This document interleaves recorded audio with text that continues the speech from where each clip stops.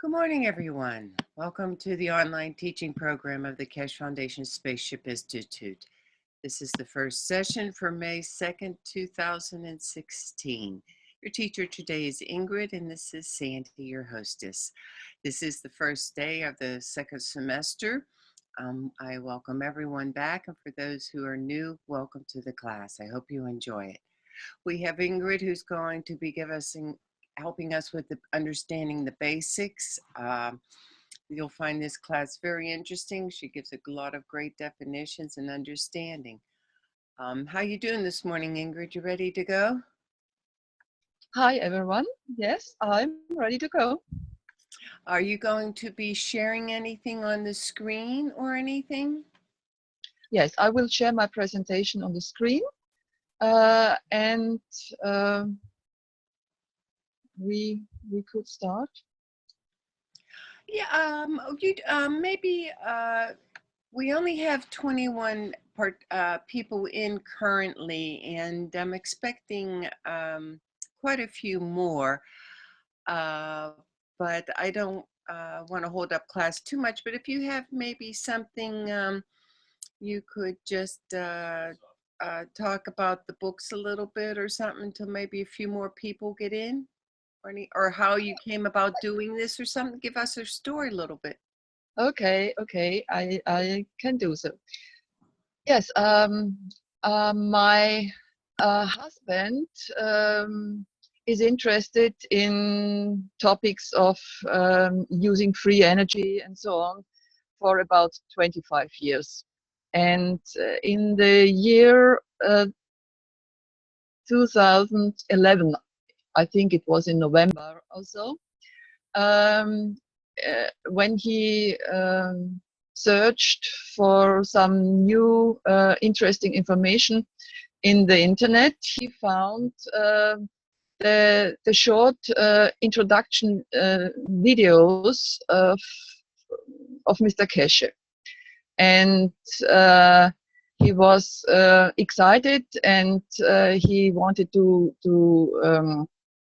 buy his books, but they were so expensive, and then he thought maybe later on. And a few days later he got an invitation to a conference in Germany where Mr. Keshe was one of the referents. Sorry, a moment please.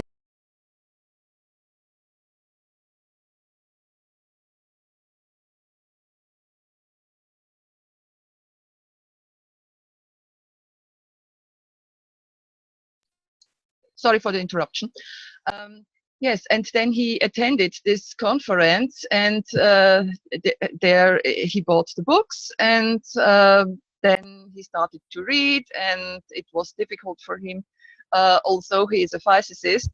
It was difficult for him to understand the text, and then he thought, I will translate it for myself for a better understanding, because if he has the text in German, he could read it several times much quicker than to read it in English. And so he started this work, and after some months he asked the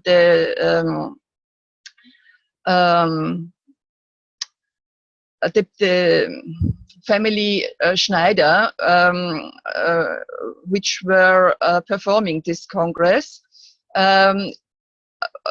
if somebody else is the official translator, and he wanted to discuss about the topic. And they said to him, no, we don't have until now an official translator, but you are a physicist, and you have already done a part of this job, and wouldn't you do this? And so my husband came to the job to do this for public, and then he did it with handwriting. My husband is 77 years old now, and he's not so good in typing on the computer and so. it was my job to do all the typings and to bring the text into the PC, and so I was involved too into this task. And we had many discussions about how to translate a paragraph in the right way. And then after some months, we had a meeting with Mr. Keshe, and then we got private teachings from him the whole day. And we had about 100 questions on the list, but we were only able to go through a third of them. But Mr. Keshe told us the basics in a very clear way, so that we were able to answer the rest of the questions for ourselves. And then it took another half a year, or almost 7-8 months, to finish the translation work.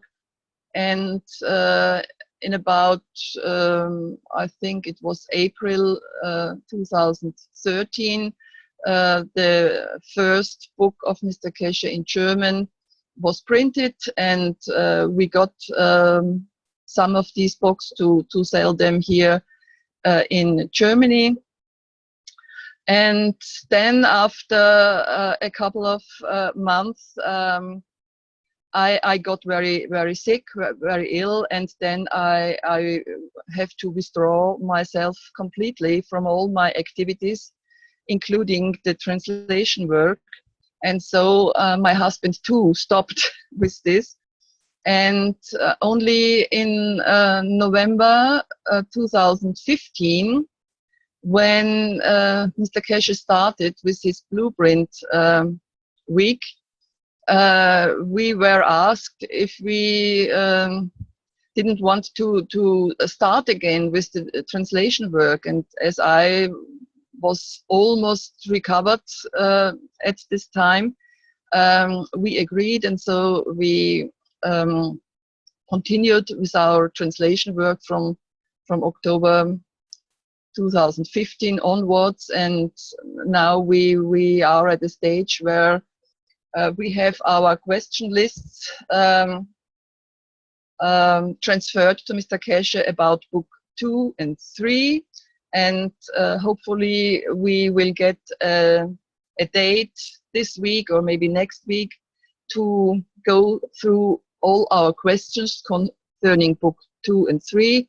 And after we've done this, we have to finish the translation of these 2 books, and afterwards they hopefully will be published soon in the German language. This, for short, was our story. And if you think that we are almost complete now, we could start with the presentation. I was asked by Rainer to repeat the basics of book 1 today again, because he knew that a lot of students from today on are new, and they should have the whole overview over the theoretical basics out of this first book. So what do you think, Sandy? Should we start with the presentation? Okay, I'm looking at the list of students. We have 30 people in here. I don't see anyone new, though. These are all very familiar names here. But why don't we go? But if you have your presentation set up, go ahead and tell us what you have going. Okay. Thank you for telling your story. That was very interesting. Thank you. Okay, then let's start.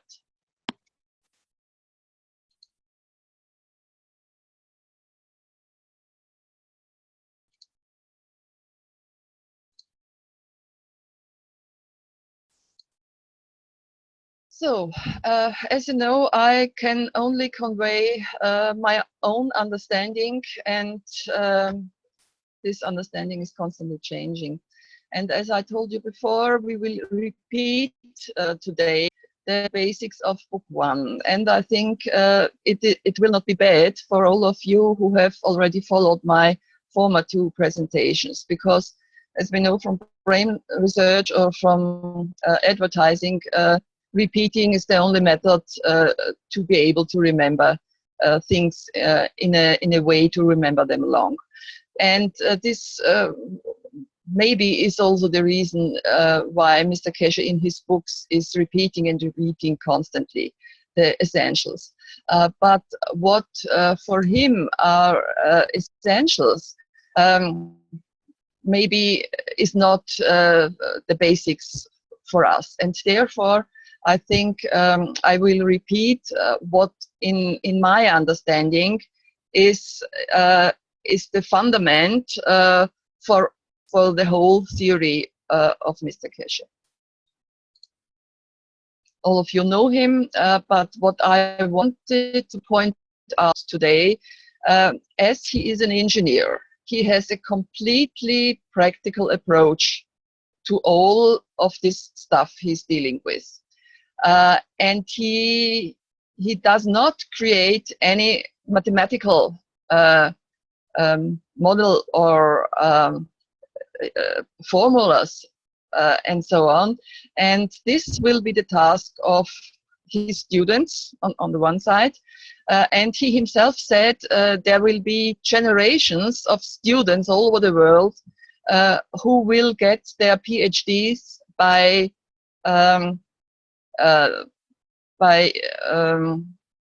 doing all these things, bringing up mathematical formulas and so on. And as we said the first time, we know the field flow of magnetic fields is not as we have learned it in school like this. It is in a completely other way to understand. And I found in 2013, when I made my first researches about all this stuff, because I, by myself, I'm no scientist. My husband is the physicist. I have only a commercial background, and so I searched in the internet for this and for those, and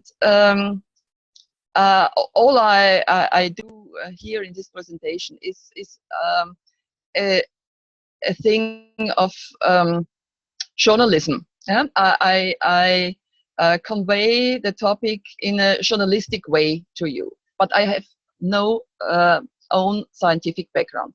And what I found in 2013 was this little video where somebody showed when you take a permanent magnet and you approach a glass, a double-walled glass with ionized gas within the walls, then this plasma, in the sense of the conventional physics, ionized gas, turns to the right. And if you change the polarity, if you approach with the south pole, it turns to the left.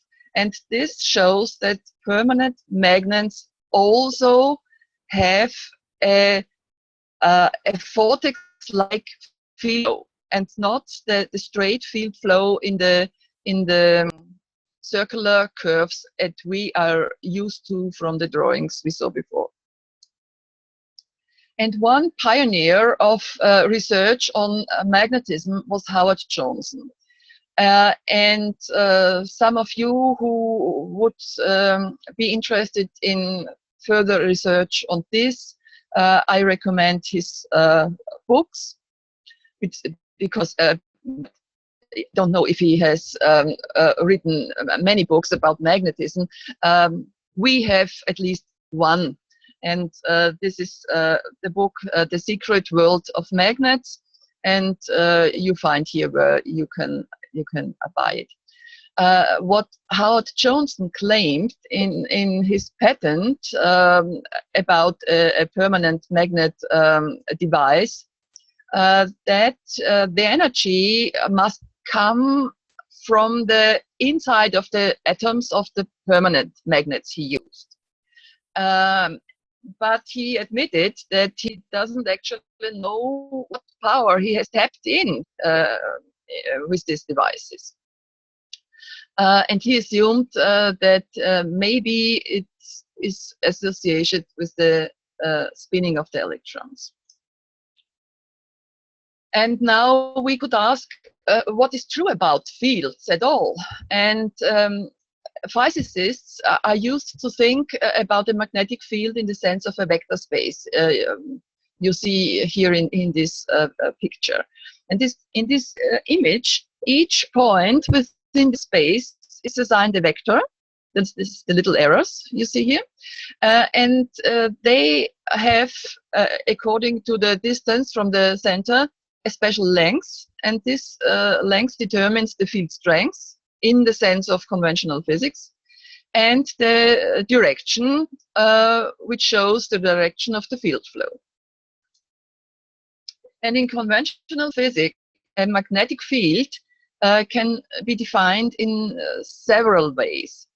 You know, there is a B field and the H field, and there are the different terms for the one or for the other. And often the magnetic field strength is defined to be a force which is exerted on moving charged particles. But what I found, there are many other definitions and mathematical approaches. And in conventional physics, there are many other types of fields defined as electric, gravitational, or the quantum field. But in each of these fields, there is postulated a special force with a special characteristic for a special point in space, which often is defined as a vector, as we said before. And combinations, for instance, the magnetic and the electrical field together, are defined as vectors.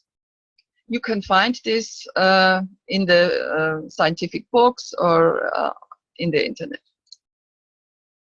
And if you look at this three-dimensional drawing, then you could imagine that in this approach, the field is the whole space of consideration. In this picture, it's a cube. And we look at the process which is going on within this space.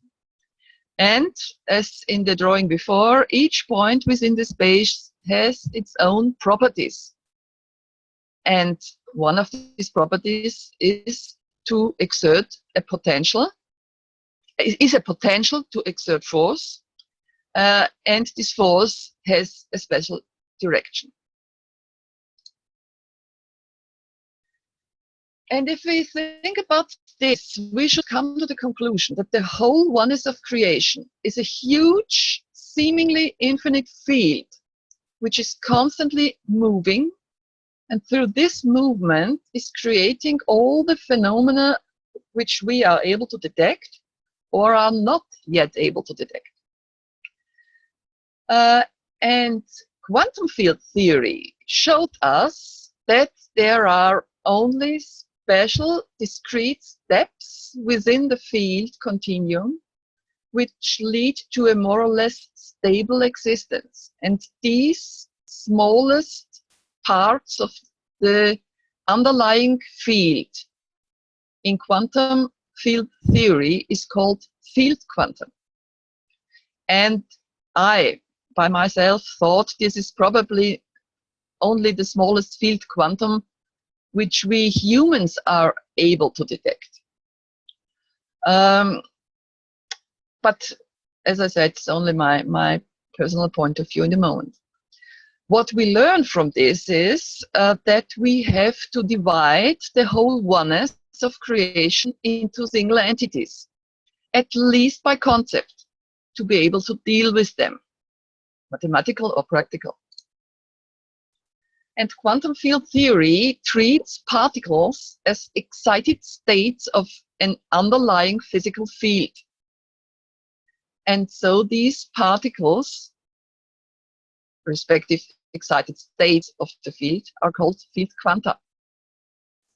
And in this case, these tiny parts, called field quanta, are only special areas of the whole field which have other properties than the rest of these underlying fields.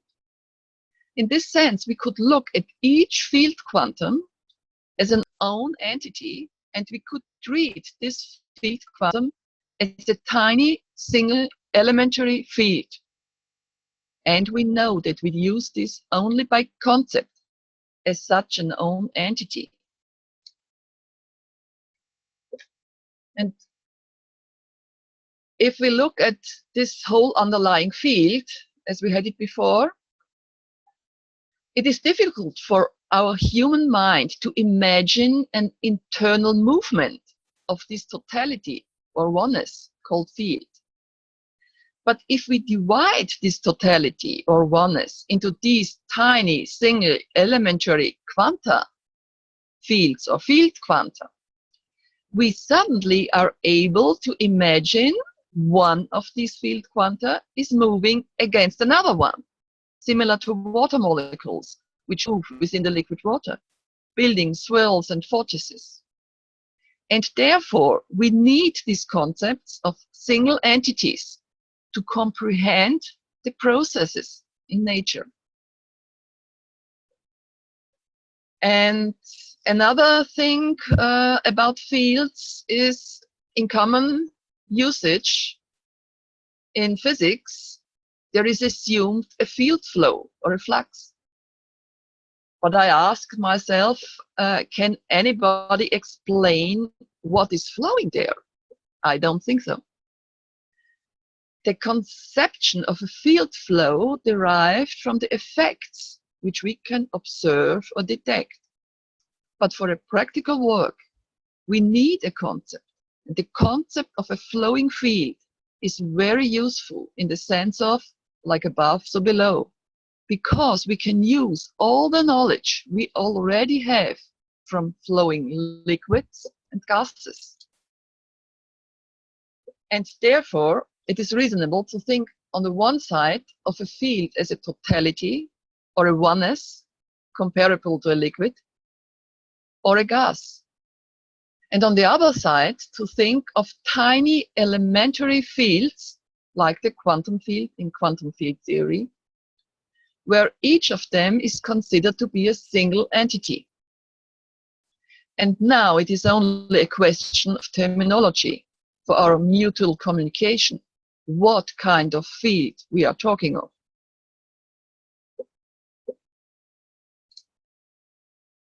When Mr. Keshe looked at all the different phenomena in nature, he found that they all follow the same principles. Most of the characteristics of these principles he already knew from magnetism. You know, you will have heard it before. He was playing with magnets since he was a child, trying to understand what is the secret behind their behavior. And he agreed with the scientists of quantum field theory that the underlying fundament of the whole creation is based on field processes. And according to his conclusion, that all characteristics he found in nature, in all magnitudes of creation, are already known in magnetism, he named these basic fields magnetic fields. This means he calls the whole underlying field of quantum field theory a magnetic field, in the sense of a field continuum. But usually, when he speaks about this, he calls each single elementary field also magnetic field in the sense of the field quantum. Therefore, when Mr. Keshe uses the term magnetic field, he refers to all kinds of fields known by our conventional physics, all kinds, and not only the magnetic fields or electromagnetic fields we are used to until now. And this is crucial and the most important thing to know when dealing with the theory and practical work of Mr. Keshe. And as we will see, Mr. Keshe divided the whole oneness of creation into different single entities in a hierarchic order. Therefore, the title of his books, The Order of Creation of Matters. His concepts are comparable with the concepts we have in mathematics, as we said before. A dot is considered to have a zero diameter. But to be able to draw it, we have to assign it a certain diameter in the computer program or by choosing a special pencil. And nevertheless, we will work with this concept of a dot of zero diameter. Very well. And in a similar way, we have to look at the concepts of Mr. Keshe. And his view of the world, as we said, on the one side, there is a continuous oneness, in my point of view, God's body, which is the basis for the whole creation. And this oneness is one large continuous field. And, as we said before, only as a concept and for easier understanding, Mr. Keshe divides this oneness into different parts and stages of development. But we have to have in mind that these concepts of different parts and different stages of development within the creation are only crutches. Much of what Mr. Keshe explains in his first book, step by step, in reality occurs instantaneously or simultaneously. Mr. Keshe is using a terminology which in many cases is already used in a completely other way in conventional physics. And this is the cause of a lot of misunderstandings, especially when academically educated physicists or chemists try to understand Mr. Keshe. If you want to understand Mr. Keshe, you have to comprehend what he means by each term. And I will try my best to introduce you into his usage of the different expressions. And as we said, the last presentations, he uses the term of magnetic ray, magnetic field, plasmatic magnetic field, plasma, MEFs, magnetic field with capital M, or he changed this in the last time to magnetical, to distinguish magnetical from magnetic in the spoken word, gravitational fields, and his magraphs. And we will go through each of them again. A magnetic ray, in his definition, is a single individual entity compared to a line, and therefore one-dimensional. It has a direction, and therefore a front and a rear. It is able to exert a force and has the property to exhibit it to a flow. In the front of it, there is something flowing out, and in the back of it, there is something flowing in. And the speed of flowing of this something is the strength of the magnetic ray. And this is also a very important fact because field strength in conventional physics is defined in another way. although the effect is the same, because an entity with higher speed is able to exert a stronger force.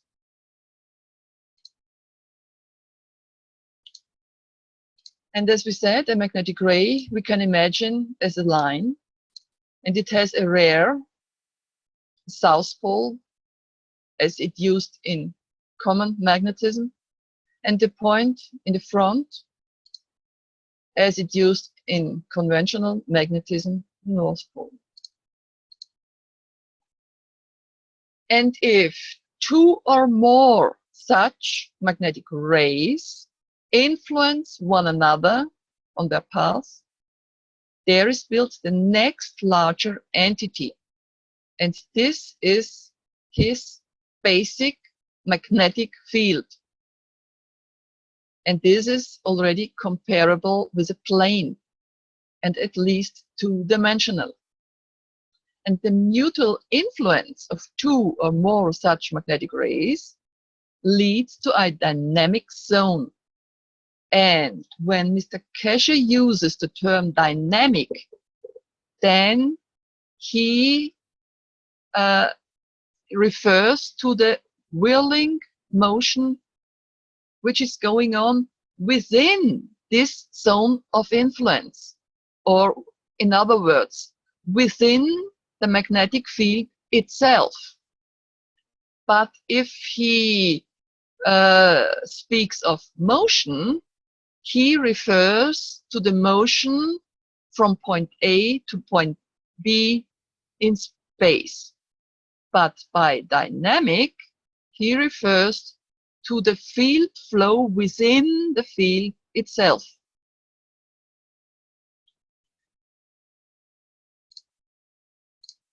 And you could imagine it in this way. And the two-dimensional, the plane, which is moving in curves and winding up and unwinding, you could imagine like this picture of smoke. You have the impression of a two-dimensional plane, only by concept. And the next step in this process of creation of matter, and the next step, the next term in his terminology, is plasmatic magnetic field. And this plasmatic magnetic field is a collection of such magnetic rays or magnetic fields which have the same or similar field strengths. He said no two rays or no two fields will have exactly the same field strength, which means velocity of speed flow, velocity of field flow, but they will have near the same speed or near the same velocity. And if such two or three or more fields of the same internal field flow, speed of field flow, when they meet, they start an interaction. And then the next larger entity is formed. And this next larger entity is called plasmatic magnetic field, because it is comparable with a three-dimensional body. It is shortened in book 1 with the term PMTICs, and in the other books with PMF or PMFs. And this plasmatic magnetic field is an entity because it is already detached from its source of creation. And it covers a special space, and this special space contains this whole collection of magnetic fields, and it's a countable number of magnetic fields. And therefore, this is a three-dimensional body built up by these fields of near the same or same velocity of field flow. And this entity, which is called plasmatic magnetic field, is the first instance of plasma in Mr. Keshe's terminology, because these magnetic fields cover a special area in space. The Old Greek term plasma has the meaning of a formed thing, which refers to a three-dimensional body. And each three-dimensional body covers a special area of space. And within this space, this special area of space, there is a heavy, whirling, twirling motion going on, and much more heavy, whirling, twirling than in a single magnetic field. And one attempt to visualize such a three-dimensional whirling entity, which is composed of a lot of single magnetic fields influencing one another, interacting with one another, and causing this whirling and swirling motion, is the shape called tornado by Gabi Müller, which is a German physicist. But we should have in mind that this too is only a concept. What is going on in nature is probably different, especially if we look into the different magnitudes of creation.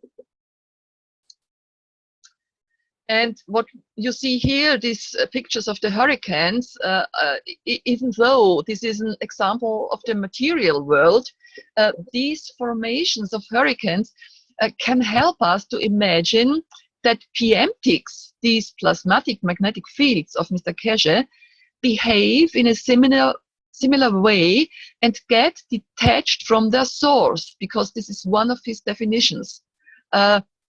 You can imagine each of these hurricanes as a single entity, even if you do not exactly see where is the border, where is the end, where does it start and where does it end. But all in all, we have the impression of an own entity. And in the same sense, you have to comprehend this plasmatic magnetic field, these PMTICs or PMFs of his concept. And they are operating in a special area of space, which you also can see quite well here in this picture.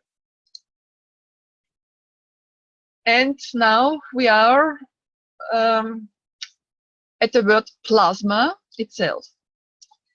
And when Mr. Keshe uses the words plasmatic or plasma, in most of the cases, he does not refer to the state of plasma as it is used in physics usually, in the sense of an ionized gas or the fourth state of matter.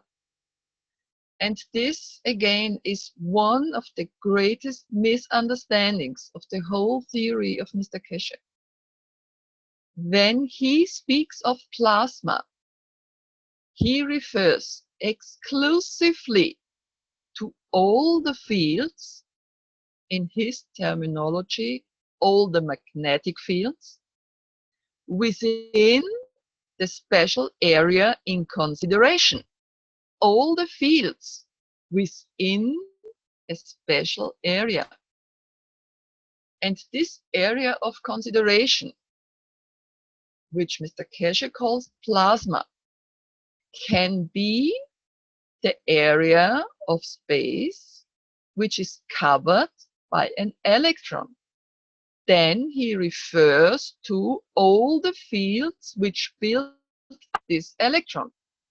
If he speaks of the plasma of a proton, he refers to all the fields which build up the proton, and not the properties of the physical proton. If he speaks of the physical proton, he says proton. If he refers to the fields, he says the plasma of the proton. And this is the same with an atom, a molecule, a cluster of molecules, or materials, larger materials like a stone, or a crystal, if he speaks of the plasma of the crystal, he means all the fields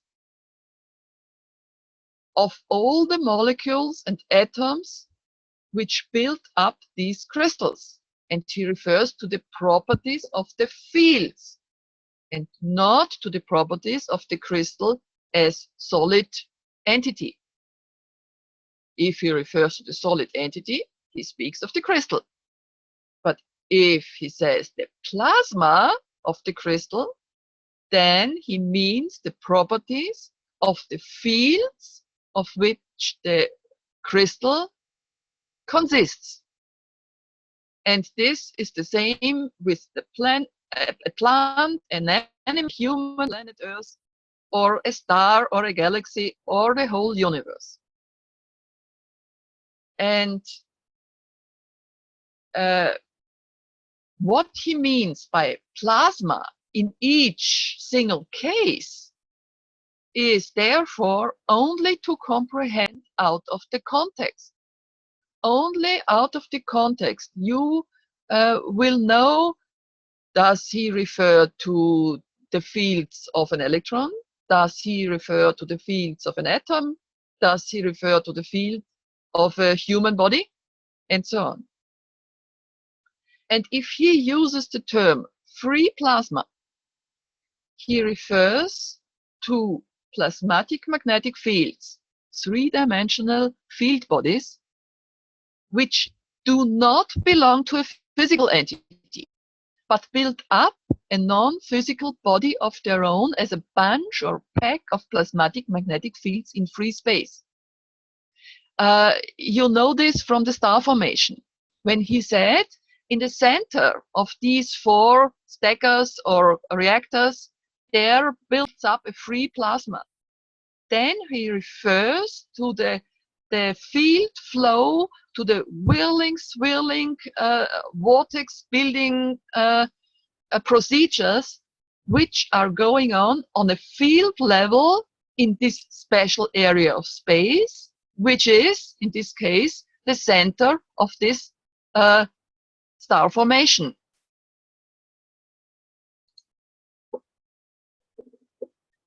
And another term which is used several times in all of his books is the word interaction.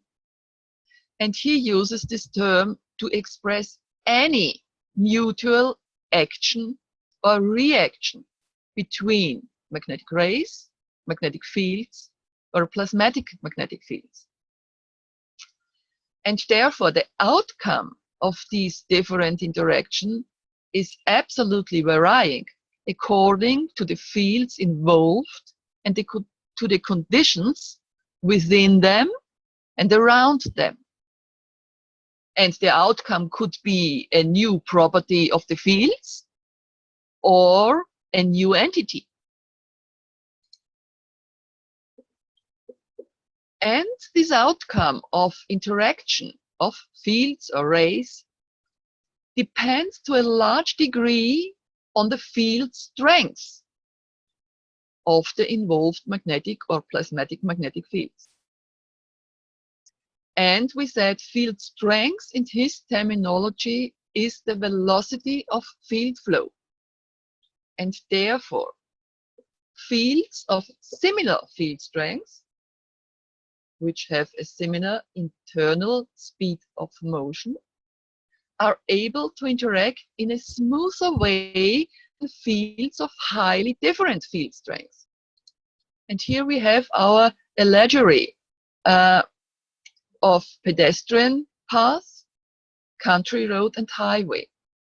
If you have pedestrians walking side by side, they can talk or can exchange something, and this will be no problem.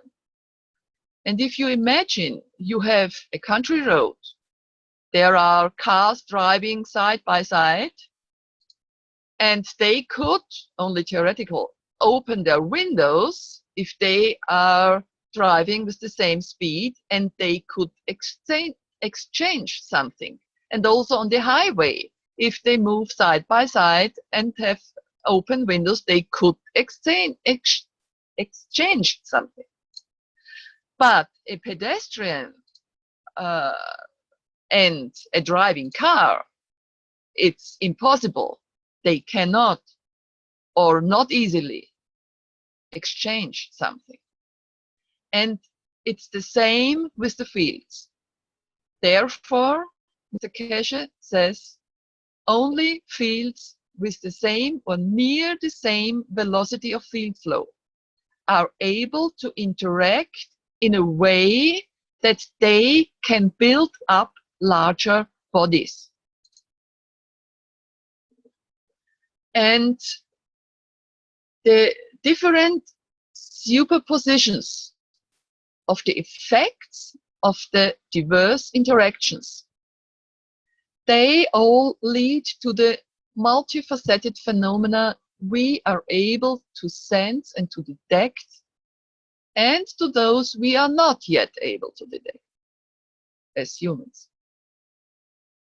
Especially the fields of much stronger field strength, which means fields of much higher velocity of field flow in respect to the known electromagnetic spectrum and the assumed maximum of speed of light in vacuum. And their interactions are difficult to detect by the present tools of our scientists.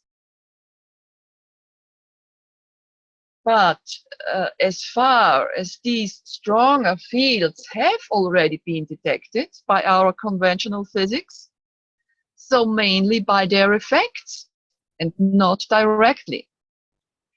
And because they have already found there must be something, there was a need to introduce dark matter and dark energy in the astronomical magnitude and a large number of subatomic particles in the subatomic levels.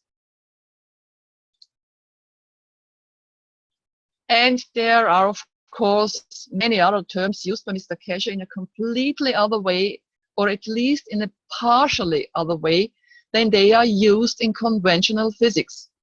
But this is not the main topic of Book 1. Therefore, we will deal with them in other teachings when we'll discuss the content of Book 2 and 3. These are the terms like GANs, nanolayers, nanomaterials, nanocoating, etc. And if we look at the content of Book 1, we will find in the introduction and in Chapter 1, there are very useful information about the definitions. And therefore, it is very useful for further look up. If you have forgotten what the view of Mr. Keshe in the one or the other thing is, you could take the book and read again Introduction and Chapter 1, and you will find the insights. Chapter 1 deals with the creation of the magnetic field of the Earth and the gravitational field of the Earth. And this is then the basic for the understanding of the further chapters. And from Chapter 3 on, he explains step by step the process of creation of matter out of magnetic fields. These are the main chapters in this sense. And from Chapter 5 to 20, then he goes through all the details and all the internal processes of what he calls a plasma in the different magnitudes of creation. But on the main side of what he calls initial fundamental plasma, or the neutron, or the subatomic particles at all. And from Chapter 21 to Chapter 26, we learn something about the practical applications, but of course only to the stage of 2009, when the book was released. And in Chapter 27 and 28, he stated his conclusions and his insights into future. And to comprehend all these concepts of creation of matter in the view of Mr. Keshe, it is useful to take an example of our everyday life. And we could consider of a glass ball with a metal surface, like a Christmas tree ball. And then think two of them, one inserted within the other. And then have in mind the law of electromagnetic induction and the right-hand rule in unfolding the field flow. And this would look like this. We imagine spheres within spheres within spheres. And then we imagine this green ring as one such spherical zone of spheres where a huge amount of electric charges are moving in all possible directions in this green zone, which we have to imagine as a sphere.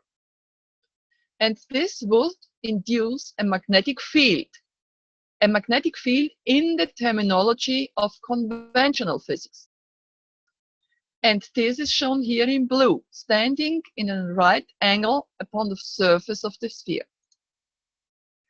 And in the view of Mr. Keshe, this process of creation of matter, within his process of creation of matter, the elementary charges we imagined in this green sphere correlate with his single magnetic fields, while the totality of this green zone here is what correlates to his term plasmatic magnetic field, or PMTICs or PMFs. And now we imagine a second green ring as another spherical zone where also a huge amount of electric charges are moving in the same way in all possible directions in this outer green zone. And again, we can compare the electric charges in this outer green zone with the single magnetic fields in the concept of Mr. Keshe, and the whole spherical zone with the plasmatic magnetic field in the terminology of Mr. Keshe. And now we have these electric charges in the outer green spherical zone, which would induce another magnetic field here in the terminology of conventional physics, which is shown here in red. And now you can imagine that these two different magnetic fields in the sense of conventional physics, the blue one and the red one. The blue one, which is induced by the inner green spherical zone, and the red one, which is induced by the outer green spherical zone. When these two magnetic fields interfere with each other, the outcome would be, but only in summation, fields with an overall outward direction.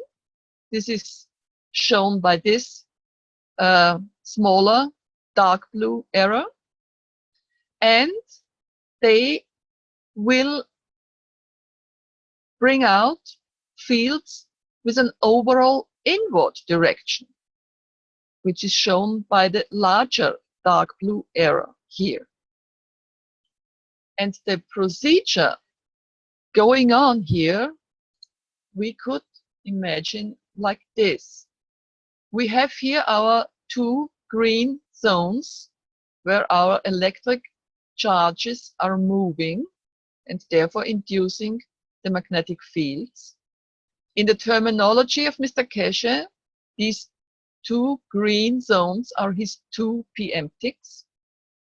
And now we could imagine that there are like poles which meet one another, and then they would repel.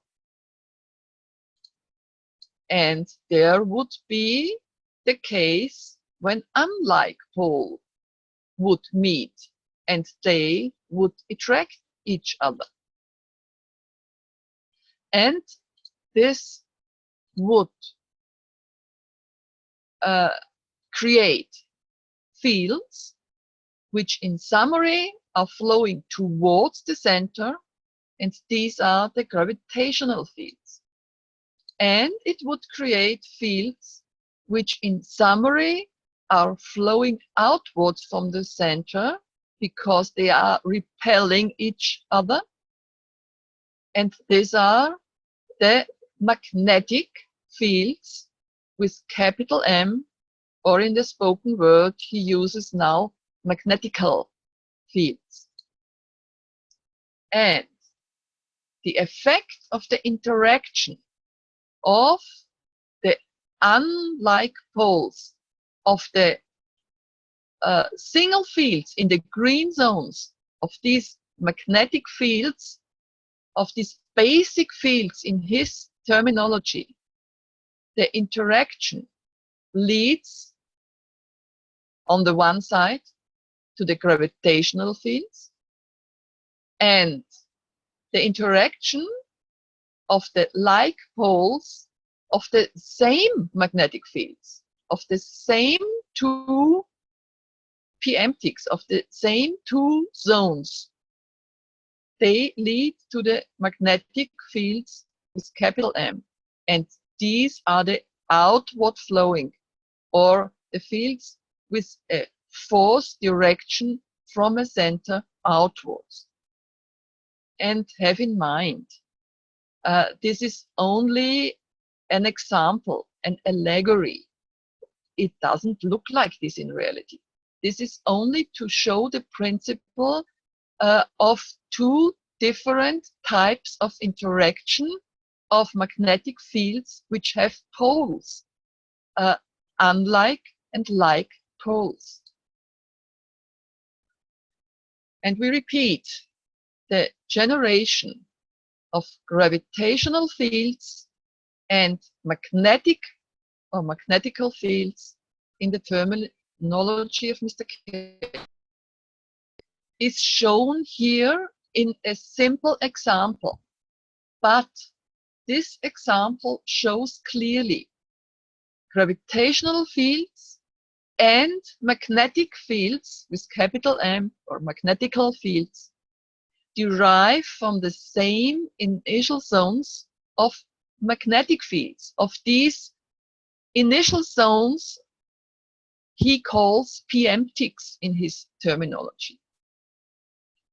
And the second, what we learn from this is gravitational and magnetic or magnetical fields, the outward flowing fields, are always simultaneously present because they are the outcome of a different superposition of the interaction effect of the same initial field zones.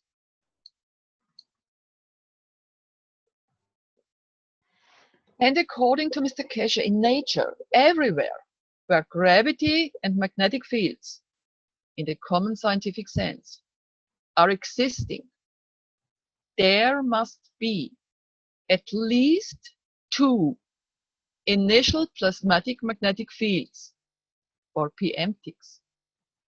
In his terminology, plasmatic magnetic fields are a collection of his basic magnetic fields, which have the same or at least a similar field strength, which means the same or similar velocity of field flow. In our example, the green zones in this example concept. And the reason for at least 2 zones of fields, or preemptics, is, according to Mr. Keshe, that one zone alone would not be able to generate different superpositions. And he says this is not only true in the magnitude of planets and stars who have gravitational and magnetic fields, in the sense of directed to the center, gravitational, and directed outwards, magnetical, but also in the subatomic levels. And these subatomic levels are responsible for the creation of matter. And now we come to these steps of creation of matter. And as we said before, as soon as 2 such plasmatic magnetic fields, our 2 green zones in the example, in the magnitude of the smallest subatomic levels, with near the same field strength, which means near the same velocity of field flow, when they meet in space and start an interaction, they are swirling and whirling around one another or through one another. And through this movement, they collectively take on the shape of a sphere or a near spherical shape. And again, remember our 2 green zones in the example. And as soon as they have taken on this spherical shape, they instantaneously create the 2 secondary fields. And these 2 secondary fields are the one with the inward flowing field force, which is called gravitational field, and the one with the outward flowing field force, which is called magnetic, with capital M, or magnetical field. And in this moment, when the spherical or near spherical shape builds up out of 2 or more plasmatic magnetic fields, a new entity is created. And this new entity, the spherical, the first stage of a spherical entity, is given the name maths by Mr. Keshe, derived from magnetic fields, because they consist of nothing else than these basic fields, which Mr. Keshe calls magnetic fields. And these maths have properties, which are, they have this near spherical or spherical shape, they possess gravitational and magnetic fields, and they have a mass in the center and a magnetosphere around them. These 2 zones of our example are the 2 preemptics, which build up together the spherical shape, and then simultaneously the gravitational and the magnetic field is created.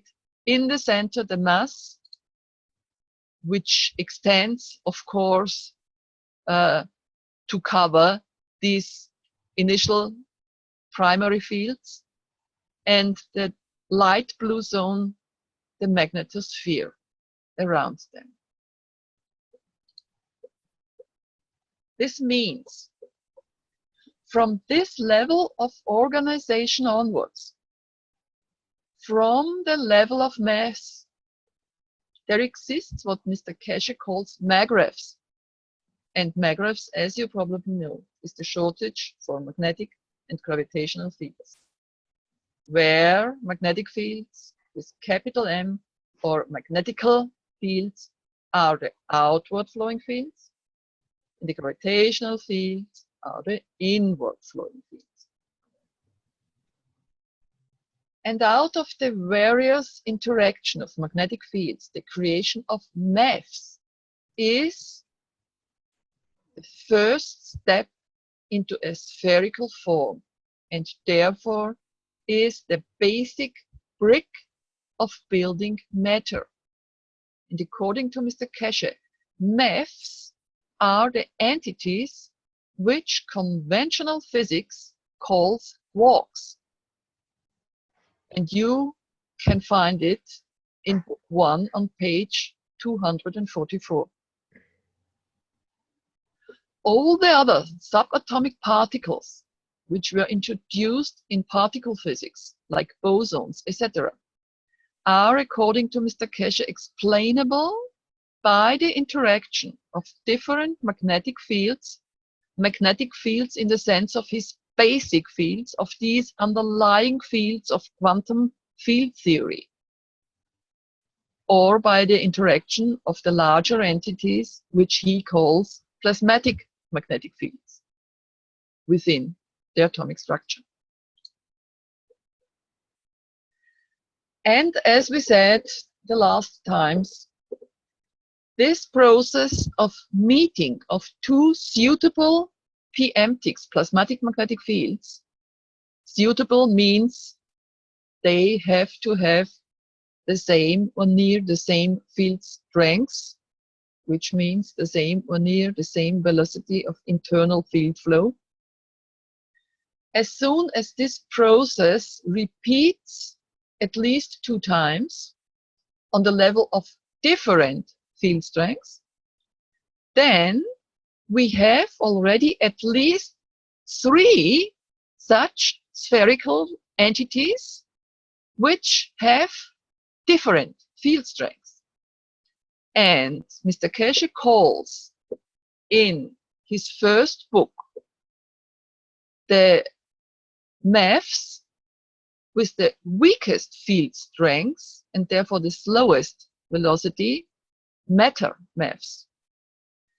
The MEFs with the middle field strengths are in the first book dark matter MEFs, and then he changed the name. And from the second book on, he refers to this middle range of field strengths as transition MEFs. And the strongest and therefore fastest in the first book, he calls it antimatter MEFs. And from the second book on, he calls this strongest and fastest fields principal MEFs. And in the graphics below, you can see, of course, in a simplified way, an illustration of 3 MEFs of different field strengths. And each of these MEFs is composed of 2 PMTs. And I tried to show with this graphics, the stronger ones, they move very fast, need a smaller space, but are strong to have, in respect to their own space they cover, a large magnetosphere. And the slowest, they need for their movement much more space, but in but relatively to the space they cover, their magnetosphere is not so so much more larger, and the other is the middle one. And within these drawings, the red spiral should be one of the PMTs and the blue spiral should be the other one. And the light blue sphere around them should be the magnetosphere, and the yellow dot in the middle, the center of the mass. And mass and magnetosphere are built up already by the secondary fields. And these secondary fields, as we said, are the gravitational fields and the magnetical fields in all the 3 cases. And now, as we have at least 3 MEFs, the actual process of formation of matter starts. This means as soon as at least these 3 different maths of significant different field strengths, or the different quarks in the conventional model, came into existence, they gather themselves around a central field. In his book, he calls this field F1. And by assistance of some connecting p-emptics, these connecting p-emptics are the gluons in conventional physics, they build up what Mr. Keshe calls the initial fundamental plasma. And this initial fundamental plasma is called neutron in conventional physics. And this initial fundamental plasma, or neutron, consists of a certain content of magnetic fields. Magnetic fields in this sense of the basic fields, of the underlying field, of the field quanta in quantum field theory. These basic magnetic fields and their mutual interactions, which build up the p-emptics, which build up the maths, and so on. And then gathering the 3 maths together with the field F1 and the connecting p-emptics, they all are able to hold on for a given time. They stay stable for this given time. And therefore, for Mr. Keshe, this entity is his initial fundamental plasma, because the neutron as an entity is able to exist about 10 to 15 minutes, except it is catched before by an atom to become part of it. But if it is alone, it is able to exist 10 to 15 minutes. And this is a very, very long time for the subatomic level. And during this whole time, this initial fundamental plasma is able to keep a stable condition. In this drawing, you see the conventional structure of the neutron as it is thought in conventional physics up to now. And this is the illustration in the book 1 of Mr. Keshe. And this is, of course, an extremely simplified illustration, and it demonstrates only the principles. And what you see here in the one side as G1 is the maths with the weakest p-emptics, with the slowest velocity. G2 should be the one with the strongest p-emptics, the fastest velocity of field flow, and G3, the middle one. The central field, the F1, is shown here, and the residual p-emptics, which are connecting or feeding forces in the whole procedure. And the fields within G1 move slowly, but need much space for this movement. And this property is not shown in this picture. The field G2, as they move very fast, need only a small space. They are drawn here too large. But this is only an illustration for the principle of connection and not for the real relativities of magnitudes. And of course, G3 needs a medium space. And the thing with the space, you could compare with the movement of a figure skater. And you see here on the left side, a figure skater with wide stretched arms. He moves slow and needs much space. And when the skater draws the arms nearer to the body, it becomes faster. And when he has the arms the nearest he can, then he turns the fastest. And in a similar way, you can imagine the speed, the velocity of field flow too. And this is another illustration in book 1 for this initial fundamental plasma or neutron. And this is also not an illustration of the reality, but only for showing principles. And the principles shown here are the rainbow colors of the slowest, of the weakest fields, the so-called matter-maths. The rainbow colors are chosen because rainbow colors are visible to our human eyes. And these are the field strengths which are detectable for our human bodies and our human tools. While the G3 have got a dark gray color.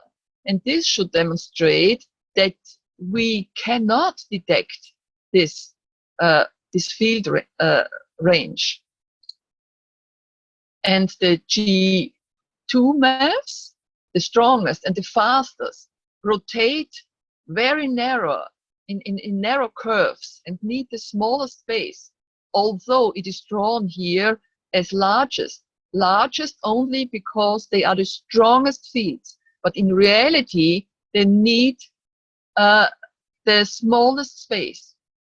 And because they are the strongest, they act like a little sun, and therefore they got the yellow color, and for nothing else. And on the website, you can find a graphic like this, and this shows much better the inner structure of such a neutron or other atomic particles. That because the single fields or the p-emptics and the maths themselves are interlaced, are nested, convoluted, or encapsulated, one within the other. And the stronger, faster fields build vortexes with a smaller diameter and move within the structure of the next weaker fields. And these themselves are nested in the next weaker, and so on. This is another drawing for the same principle. You find the green spiral here. These are the weakest fields, the slowest, they need much space, and they have enough space between their layers of field flow where other fields, which are faster, are able to move. And then in a fractal way, between the layers of the middle field strengths, there is enough space for the fastest, the strongest fields, the blue ones, which are able to move in this space in between. And the movement of fields we talked about is not on straight paths and not on circular paths, but on spiral, helical passes, vortex-like, and therefore Mr. Keshe sometimes, when he is drawing something, is also using this form, this shape. And when we come back to our two initial p-emptics, plasmatic magnetic fields, which are starting an interaction to build up the maths entity, then we could imagine the movement of each of these p-emptics as a spiral. The red one, for instance, moving towards the center, and the blue one away from the center. And because of each of these two p-emptics consists of a huge amount of single magnetic fields. Single magnetic fields in the sense of these basic fields, in the sense of the field quanta of quantum field theory. In this sense, they interact, the blue and the red one interact, and out of the induced fields, out of the secondary fields, there comes the secondary field effect of the inwards flowing and the outwards flowing fields into existence. We know it already. The inwards flowing towards the center flowing fields are the gravitational fields, and the other secondary fields flowing outwards from the center are the magnetic, with capital M, or magnetic fields. And then, of course, these fields have to reconnect. The initial fields have to reconnect to ensure a continuous flow. And the secondary fields have to reconnect too. The vortices of the central reconnection of the fields which flow inwards create or build up the mass of the entity. And it is only symbolized here by the yellow dot. And the reconnection through the vortices on the outer boundary of the entity is the border of the magnetosphere. And the whole magnetosphere you could imagine here as the light blue zone. Imagine it as a sphere. And you could see the vortices, outward flowing vortices, and you could imagine fields from the environment or from the next entity coming here. And when the fields flowing outwards from our yellow center, they meet here and they have to turn. They have to build a vortex for their own. And therefore, the border of the magnetosphere builds up. And this is when fields from outside come and fields from inside of an entity come, where they meet, they feel a hindrance. They feel the coming field from the environment, from the next entity, they feel it as a hindrance and they have to turn. They have to wind up. They have to build a vortex again.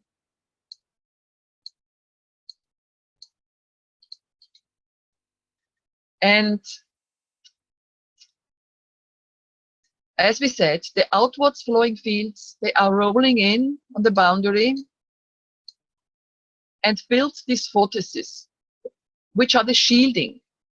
In conventional physics, on the atomic level, or on the molecule level, you call it the Coulomb barrier. And on a larger scale, you call it the magnetopause of our planet Earth, for instance. Or you call it the heliopause of the sun. And as soon as the fields have rolled in here and built these vortices on the boundary, at some point they are thrown back again and they move inwards again toward the center and build the vortices in the center, which are shown as the mass of the entity. And these secondary fields, the outward flowing and the inward flowing, they have, of course, to reconnect too. And some of them will reconnect to their own entity, as you see it here, or on the other picture here, when they connect to the same entity. But there are some of the fields which will connect to the next entity of the neighborhood. They will connect with one another, as it is shown here with these two entities in red-blue. And this is what Mr. Keshe refers to when he speaks about infinity loops.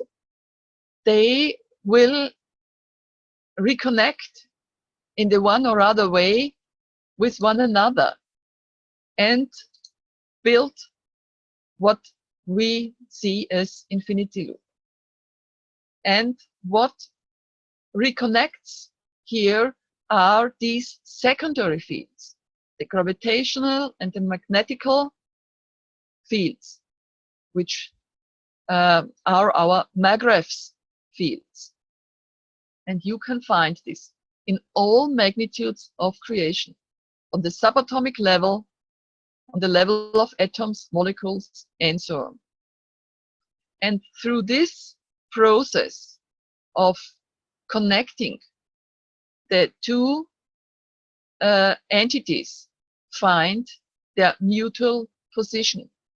And this Mr. Keshe refers to in his books as Magravs positioning.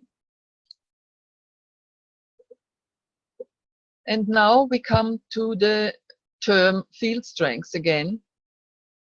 And as you know, sometimes Mr. Keshe draws a picture with such a logarithmic curve. And when he does this, in most of the cases, he refers to the circumstance that in the center, there are the strongest fields, with the fastest field flow, and therefore the most narrow curves. And in the outer range, there are the slowest, the weakest fields, with wider or widest curves. And this does not mean that in every of these cases, he means actually that they are in a continuous connection with one another. This is only a demonstration of the principle. It is more than, like in the picture I've drawn before, where one of the spiral is inserted into the other in nature. These drawings should only explain the difference between strong, need little space, middle, need more space, weak, need the largest space. And the difference in field strength we could also draw in a diagram like this. We could imagine we have this purple arrow here, and on the left we start with the fastest fields possible in the universe. And on the right side, we will have the slowest fields which exist in the universe. But on each point of this main line, we could draw a side branch. And near the main line, we would have the fastest fields of the side branch. And where we have the peak, where we have the end of the arrow, we would have the slowest field of the respective side branch. And again, from every point on every side branch, we could draw another side branch. Where it starts, we would have, in respect to this side branch, the fastest fields, and on the end, we would have the slowest field. And this is an illustration, another illustration of the fractal principle of creation. And we could this show like in this diagram, where we can see what we are able to detect as humans.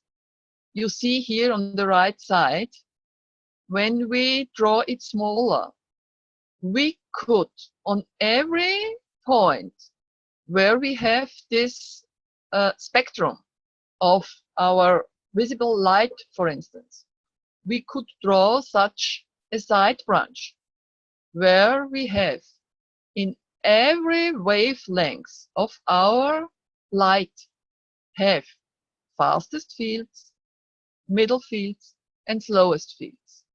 In every point of the spectrum.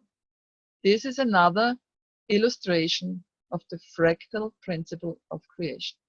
And as we see here, if we consider all what we humans are able to detect, not only our visible spectrum, but all other waves our conventional physics was until now able to detect, is only a small range in the whole spectrum of creation. And therefore, we could draw it on a larger scale like this. And all the realm of existence we live in would be between these two borders. All what our conventional science is able to detect is within this zone. What we are able to detect with our human eyes, out of this is only a small zone here. But sometimes it is probably so that some of the stronger fields, which are here on the left side, slow down, and in slowing down are like crossing these borders to the field strengths of our human matter world, and then there seem fields or entities to appear out of nothing.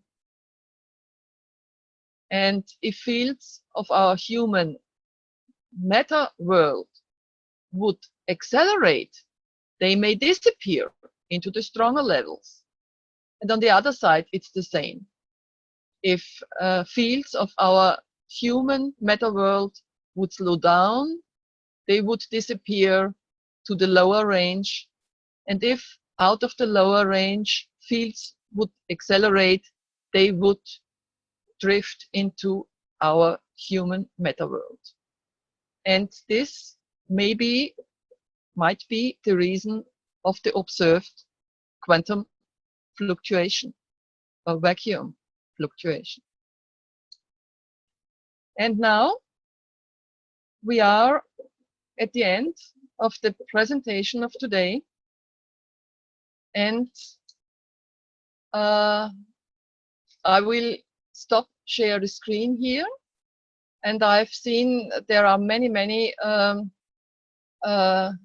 chat messages, but I hadn't the possibility to view them during the presentation. I will check them now. And yeah, please, all your questions you have. That was great. I'll tell you. Excellent. Very nice. Very nice presentation. I love the graphs and everything. Yeah, so everyone's been moved up to a panelist. If you have any questions, please just unmute your mic and ask Ingrid, please. Also, we'll check to see any new questions that come on to chat. I also haven't been able to keep track of all the chats that have gone by. Okay. Now, Ingrid, this was just book one, correct? Yes. Are the basic principles of his theoretical approach, and they are so essential that we two, Rainer and I, thought we have to repeat them again, although I've brought it up already in my first presentation. And I have in mind next time to go in a short way to the book 2 again, and then already cover book 3. But book 3, the part of 3 is not as long, because it is all building up on this fundament of these basics. And more or less, it is a repetition from another point of view. And further on, it is scheduled that we will go through all the details which are explained in the books, step by step, so that all the students will have it easier to comprehend what is the background behind all the explanations which you can find in the book, because as they are written by Mr. Keshe, it is similar to a Bible. If you don't have a priest who tells you what is the meaning of the allegories, you will not comprehend it. Yes, I have to agree. It does take some deciphering when you read the books, but you did a great job. Thank you very much. And I look forward to your other presentations, the rest of the books. That's great. Okay, any questions coming up for anyone? I mean, this was something probably most of us have known, but to have it pointed out so clear was just great. Oh, someone asked, is this presentation downloadable? Can you tell us where people can? I have already delivered it to Rainer as PDF, and I think he will make it available for all of you. Okay, that's great. Thank you. That was good. I noticed some of the graphics you did pull from the books, but most of them weren't from the books. Were you the creator of the graphics? Yes, all the other graphics which are drawn are either drawn by myself or by my son, who helped me in this case. And some of the pictures I took from the internet, but I put the source everywhere to the pictures to have no problem. Most of them are from Wikipedia, and they are free for public. Yeah, that was great. They did very well, and your son helped you very well, I guess. I know how it is. It's great to have him around. Yeah. That's great. Mm-hmm. Okay, any questions about anything? Any comments? See if we can pull anyone out here. I would appreciate all the students to ask their questions by microphone, because I will not be able to go to all the chat messages here step by step. I see here are some questions. I can read here. I think I heard Mr. Keshe say once that he didn't believe time travel was possible.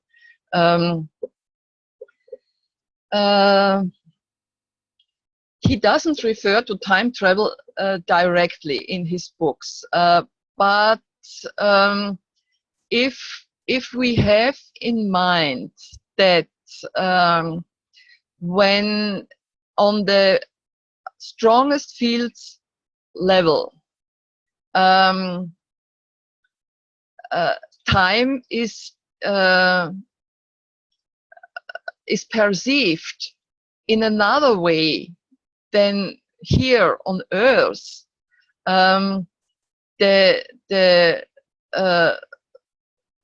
The feeling of time will be another feeling, and when we would reach other galaxies, for instance, in the future by spaceships, and we would return to Earth, then there probably for us 2 hours have passed, but on Earth 2 million years or so. And in this sense, I think time travel is possible. But for us, ourselves, there will be a time continuity. But this is only my personal point of view.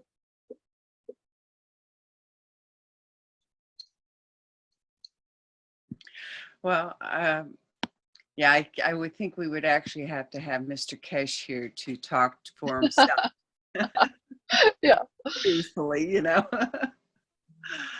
But I was in doing this transcription and working with this stuff. Would you say that the manifestation is happening in correlation with the transition and the other fields also all at the same time, so that everything, all you're doing is sort of moving what part you're looking at? Or how would you explain where you talked a little bit about each identity, okay, in an entity? How do you sort of feel about how they interact or how they get their intention or their purpose? You know what I mean? Do you speak about humans or other entities? I guess what I'm talking about is the fields that we don't know as having a physical realm. Mm-hmm. Do all fields have a physical realm at some point? As I understand Mr. Keshe's concepts, in other regions of the universe, on the one side, locally, and on the other side, it could be in the same space where our solar system is moving. There are other dimensions of field strengths, and entities which are living in these other realms of field strengths, they will have bodies in suitable to this realm, but they probably would not look like our bodies. He said in his second book, I think it is, or is it in his third? I don't know.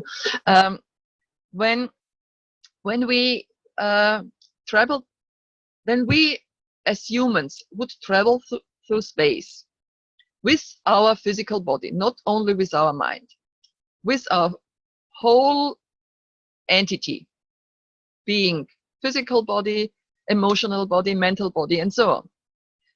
When we would travel, then and we would leave our solar system, our galaxy, then we constantly would travel through other field strength levels.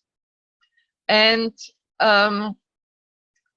according to the environment we are traveling through, each single part of our body would adjust to the field strength of the environment, because, he says, each single particle of our body, subatomic particle as neutron, proton, electron, consists of these 3 different field strengths, ranges, spectrums.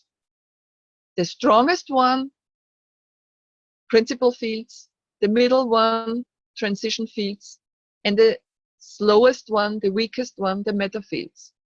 In our environment, the weakest one are those which are suitable to the environment, and therefore the weakest one are like on the surface and are detectable. But when we travel through space and we come to an environment with much stronger fields, then the suitable fields suitable to this field strength will switch and cover the surface of, let's say, our protons, neutrons, and electrons. And then we would adapt to this environment. And he says this would hold true in all magnitudes of field strength. If we are used to this, we would not even register this switch. But as we humans are now, we are not used to, and we would not be able to handle this switch. We would have to adjust slowly to such processes. And how this should be in the future, I have no idea. Okay, so emotions are a field, correct? Yeah. Okay, but we don't really see emotions. Could it be at another planet, emotions might actually have color, or may be at a field strength where they might actually come into a sound, or something like that? You see what I mean? Like if our Earth somehow changed its field strength, and all of a sudden things that weren't able to be seen because of that range that you showed a picture of didn't include that field strength, and then something happened to our Earth, and that field, that range you showed changed. Okay. And let's say it expanded to include more fields to be able to be perceived. Okay, so let's say now we can get, or sound, let's say sound as a field comes in as a strength now that actually has, is at a strength that is somehow perceptual visually. Can you see how, is this something as you, it can you, am I, or do you think it would still not be detectable, or how would you feel about that? I have to admit I have never thought about this, but when I think just now, when our environment will change, then according to Mr. Keshe, our body with all his parts would change too, and therefore I think if it is not a rapid but a slow process, then we wouldn't even register it. But if we as humans are observed, let's say from other intelligent species, which we call extraterrestrials, and they live in a much stronger field environment, and therefore have other sense organs to detect. They probably would be able to detect our emotional body, maybe as colors or whatever, but I think it's not possible the other way around. Do you know what I mean? Well, like I really truthfully haven't thought a whole lot about this either. It's just something that came to my mind as I was just listening to your talk, and you were talking about this range and how if things would slow down or speed up, how you get into these different fields, and all of a sudden things that weren't perceptual before, you have a perception of. And that just made me think, well, right now we really don't see emotions, but emotions are a very strong field.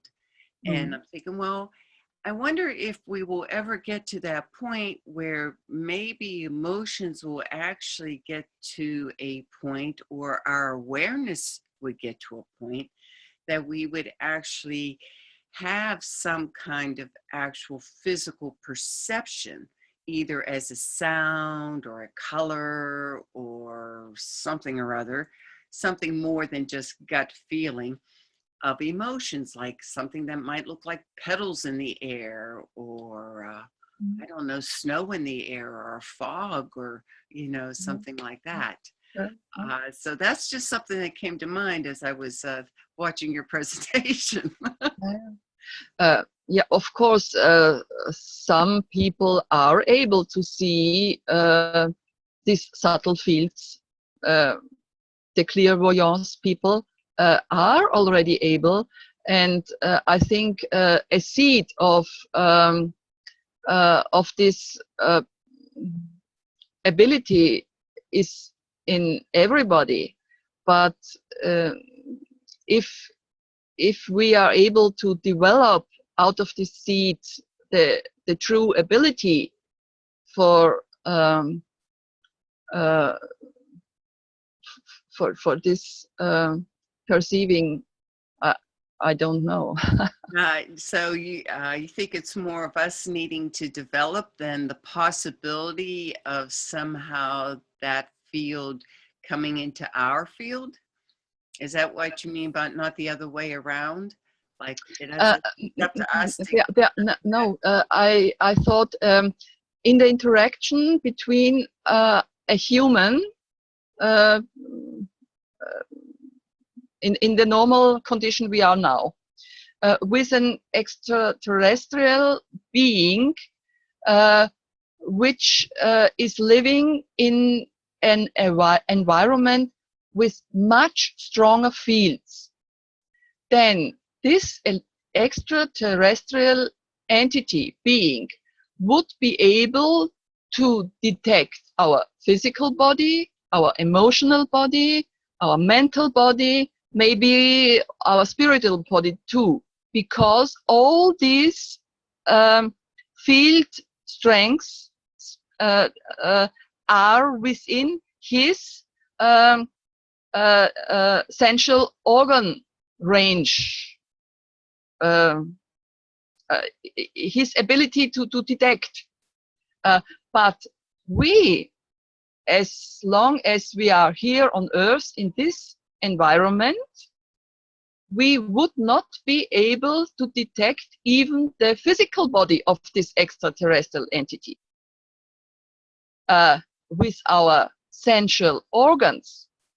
But as our emotional fields are much stronger than our physical fields, we maybe could feel on the emotional, on their own emotional level, their physical body, or we could feel with our spiritual body their emotional body, but we would not be able to sense all of their bodies with our physical sensual organs. This is what I meant before. Yeah, hi Ingrid. This is Kevan. Hi Sandy. Hi everybody. Let me just add this. You might have read this article maybe last week, which also Caroline posted, amongst other people and myself, in German and English. About a week ago, the NASA tried to delete or cover up a data which showed in a very crystal clear way that the magnetosphere of the planet Earth vanished literally for 2 hours. Yeah. And you could see the data before, during, and after. Now, the question that you raised yourself, which I really liked, is that, you know, how could approach this conditioning phase? Or, you know, I put it in my words. But just imagine that this vanishing or super reduction of the magnetosphere of the Earth would not only vanish for 2 hours, but maybe on a regular basis for 2, 4, 6, 10, and then in regular intervals would vanish. So we would not have, you know, I talked to a lot of people. I told them, because it was on April 23rd, between 1 and 3 a.m. US time zone. And I asked them, you know, how they felt. And one of my friends said, well, he felt at this specific time, he remembers, very, you know, grungy and moody, you know, not good, rather negative. But maybe it's an initial stage, maybe it's a transition phase. What if this non-protection from cosmic, you know, magnetic fields, radiation, what have you, would actually change the DNA through the change of the information carrier RNA? I'm just going to put this up, you know, in the air to maybe as a discussion point. Thank you, Ingrid. It was a wonderful presentation. Thank you. Yeah. Maybe it is like a cosmic training for us. This breakdown of our magnetic of the magnetic field of our Earth, and building up and break down again and building up. It's like, yeah, training our body system for such changes. I have I have no idea, but it's possible. Yeah. I think that is, I mean, that's part of my take on when we're working with this plasma, and the thought is to just put the plasma out there, let it radiate out. And as people come in and interact with the field of the reactor, of the balance, they get balanced. So in a sense, that's changing their atmosphere. It's changing, you know, what they are living in, and eventually that would have to change their RNA. I know book 1 doesn't go into the body a whole lot, but it would have to do that. So it would bring us into a different field, and I would think, I mean, it does seem to me that when people talk about the plasma and when you bring it out, it just is one of those things that just makes people feel like, oh, okay, you know, they just all of a sudden perk up a little bit, and it becomes something that is not a draining subject. People seem to like to talk about the plasma. And it, you know, and I think there's also an emotional part to what we produce. You know, that white fluffy stuff we call CO2 GANs. The matter state of it shows up as that white fluffy stuff, but I feel there's also a very much an emotional part of that white fluffy stuff that we don't see, but that we definitely interact with. And that's part of that field. I'm wondering if maybe eventually we see more of that white stuff floating around or something like that as our fields become more interactive with it, maybe. I don't know. Food for thought. Yeah. And I mean, when we talk about everything having the 3 fields that you were talking about, the you know, the transition matter, the physical matter, and the non-physical matter. If it's all there all the time, then it's only where we train our perception to at what level or field strength that's at. And how to change our perception, I think, is what we're learning. And I'm thinking that the emotional fields from these GANs is sort of what's working on our perception level and helping us to become more attuned to that part of our body. I had a young man who was listening to Renan talk about the pens. And then Renan was saying, you know, I don't even have to use the pens anymore. I can just use my fingers. And this young man took it as saying, oh, well, I can just train the flow through my body to go from my head to my finger. And if I put lead down at the end of my finger and I put CO2 up at the top of my head, I can train this flow.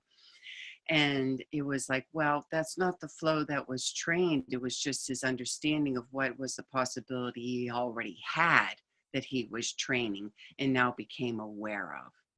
Mm-hmm. And I think that is sort of the knowledge or the understanding, the emotional effect that comes in when you work with these Ganses.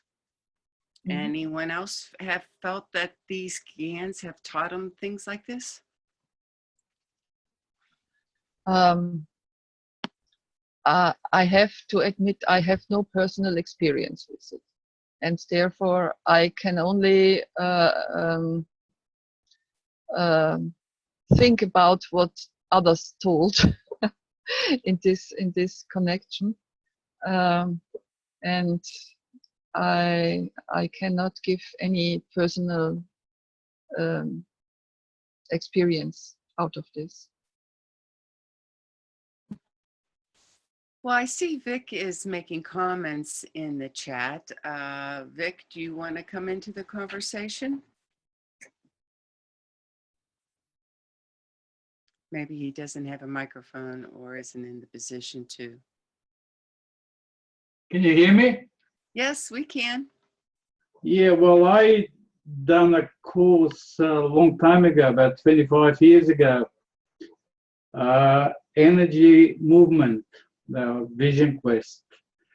I went through some clearing techniques, which Mr. Keshe said at one stage that you use the oxygen as a cleansing process. So what you do, you imagine a light going through your energetic body. You imagine your spirit, your soul, your spiritual self, and you imagine light going through it. And then at certain points of your energy body, somebody else, which is purified, like a master or somebody else, touches you on certain energetic points. And then all your informations that you have stagnated in your life from your childhood or even before that, it's a different type of exercise. Everything comes to the surface and you are either screaming, yelling, or crying or whatever, you're re-experiencing everything. And after 2-3 weeks of time, you sort of become the one with all the gifts that the God have created you with. And your thinking becomes a lot louder than words. You just don't feel like speaking because you're absorbing so much information from the outside world, and as you're going through the public, you're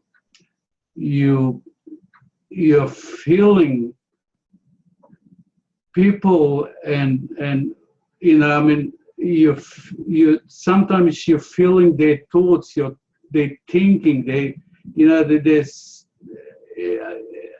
there is no words that can explain the manifestations of those experiments, you know, all those things.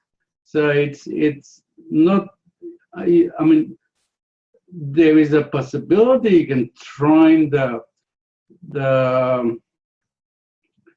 all your senses and all that, but that will take you too long, and you will never be cleared unless you go under a certain person that have gone through the concept of purifying and all that, that can sort of slowly cleanse you up from everything that you have collected throughout your life. You think that you have gone through life and you have had a happy life and all that, which in reality is all reversed. Besides that, on the point of conception, you're downloading information from your mother, and you're observing your father even when you are in the womb of the mother. And even before that, there are so many informations downloaded in your mind that needs to be purified in order for you to re-experience those gifts that you have been created with. Vic, so just to get a clearer visual here, because the child in the womb is in the field of the mother and the father, the child in the womb is taking on certain fields because it would be of similar fields. And you're saying a master who knows about balance can help release these particular fields that were taken on because they were similar in womb. And this would be how you would maybe classify culture or races, or well, it's got nothing to do. It's got nothing to do with the culture. It's got nothing to do with the race or anything like that. It's very simple. You know, when I did the course, I will just explain to you what I felt. I mean, there is a practice that's called dry energy movement, a practice that you purify the person without being in the water. Yeah, the water concept is you imitating being in the womb of the mother, like there is a certain temperature that have to be adjusted and all that according to the womb of the mother and all those things. And then you when you're in the womb of the mother, for myself, I'll just explain to what have happened to me when I was doing the process. You know, the master was with his energy, he was very powerful. He was flying up, he was directing his energies onto my spine on certain places. And when I was visualizing myself like a little baby in the womb of the mother, trying to kick the mother in on the stomach and trying to get out and all that, all those informations, you're re-experiencing them. So, you know, it's not information that hello. Go ahead. I just put on a screen share so that there. Yeah, it's not that somebody is communicating with you. You're just experiencing certain things in the womb of the mother that you don't like, that are affecting you when you come out into this world. So that's all I wanted to say. I mean, I cannot say any more than that because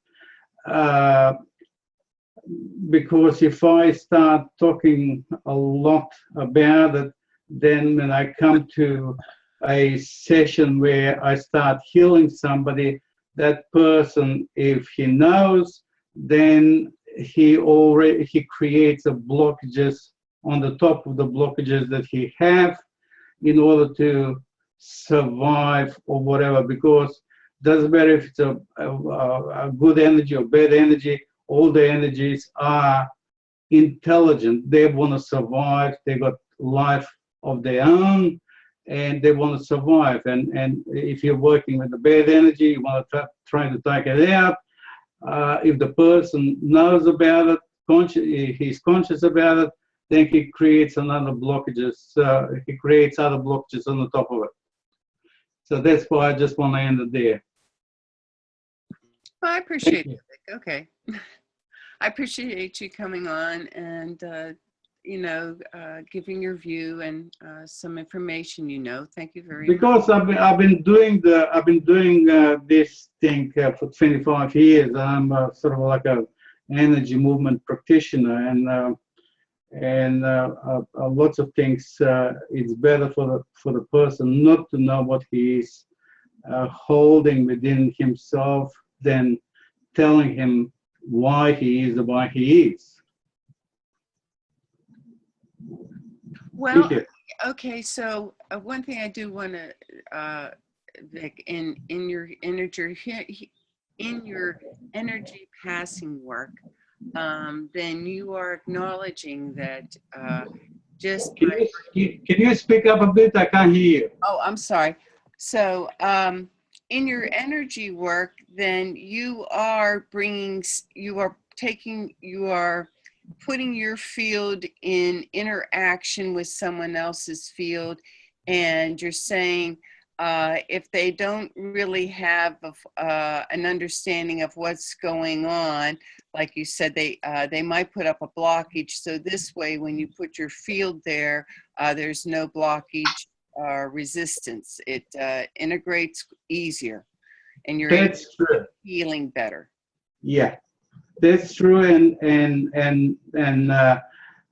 when my field interacts with the other person's field, it is easier for him to visually experience and see, or audibly to experience that he experienced when he was a baby or a child or in a conception state or whatever, to re-experience and without much fighting against it, to become that conscious of consciousness. Do you get it? Yeah. Yeah. So come to an awareness of your position. That's right. Yeah. Colleen says she has a question of sorts. I seen just pop up on chat. Hi, can you hear me? Go on, Colleen. Hi. I just my ears really perked up when you were talking about the when pregnancy thing, and it's just because I went through sort of some traumatic experiences while I was pregnant, and I had a sense about me to sort of kind of put myself in a field outside of what was going on to protect the baby. And I would do this in sort of a meditative state, but it would bring me to a sort of a peaceful moment inside of a chaotic one. And I'm a little nervous talking about it because it's just something that's really touchy with me.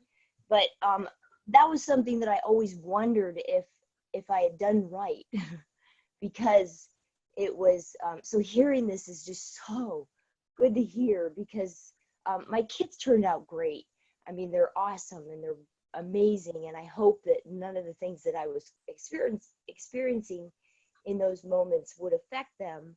But thank you for bringing that to light. I feel much better about what I did.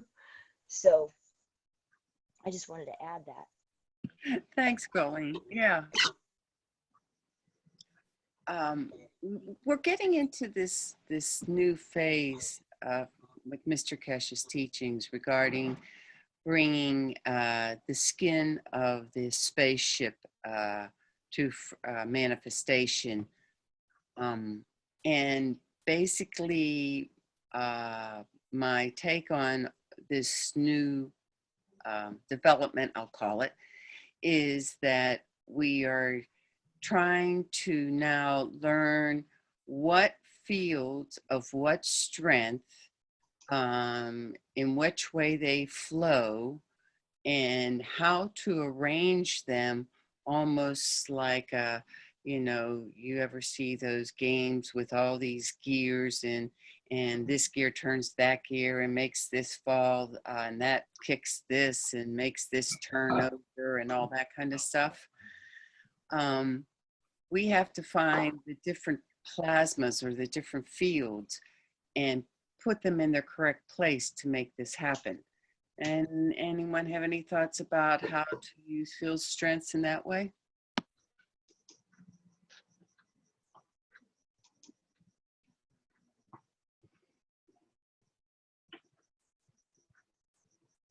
The strength of the field, it usually takes a time in order for them to come from plasma to something material. It will just take a little bit of a time. That's what I think. Because the plasma in the body, when it's not fully functional, it becomes hardened, which is the body parts that we see as the parts.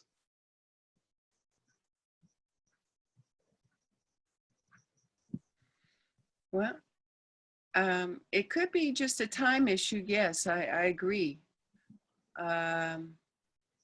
Yeah, I don't, I can remember when they were working in Disasano with, the reactors there. It took time for that plasma field to build up, to see different movement and so forth in the reactors. So I guess, but there seems like there shouldn't be a time element, though. Well, I look at it, when everything is presented to me, I look at it, I sort of put my eyes inside of myself, the plasma is the first concept of yourself, and then everything outward of the plasma is hardened mess, and you got parts and you got all sorts of other things, body parts and all that. So that's why I said it just takes time. As the plasma sort of cools off, it becomes a body part.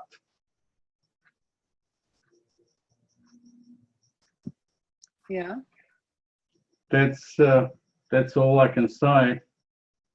I remember once Mr. Keshe in class told us to make a ball move. He put a ball on a, I forget what it was sat on, and we were to make the ball move. I didn't see the ball move. But anyway, but there was this understanding sort of that you should be able to just do it, and you should be able to produce anything by just having a certain awareness. And I got the impression that time was just something we were sort of imposing on ourselves. But then again, it sort of seemed like it took time to get the reactors to react. Is this something I was imposing on them? Okay, I'm putting it out there for discussion. Well,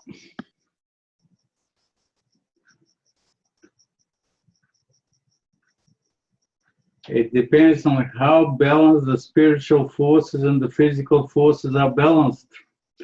That creates the time. So that's my point of view.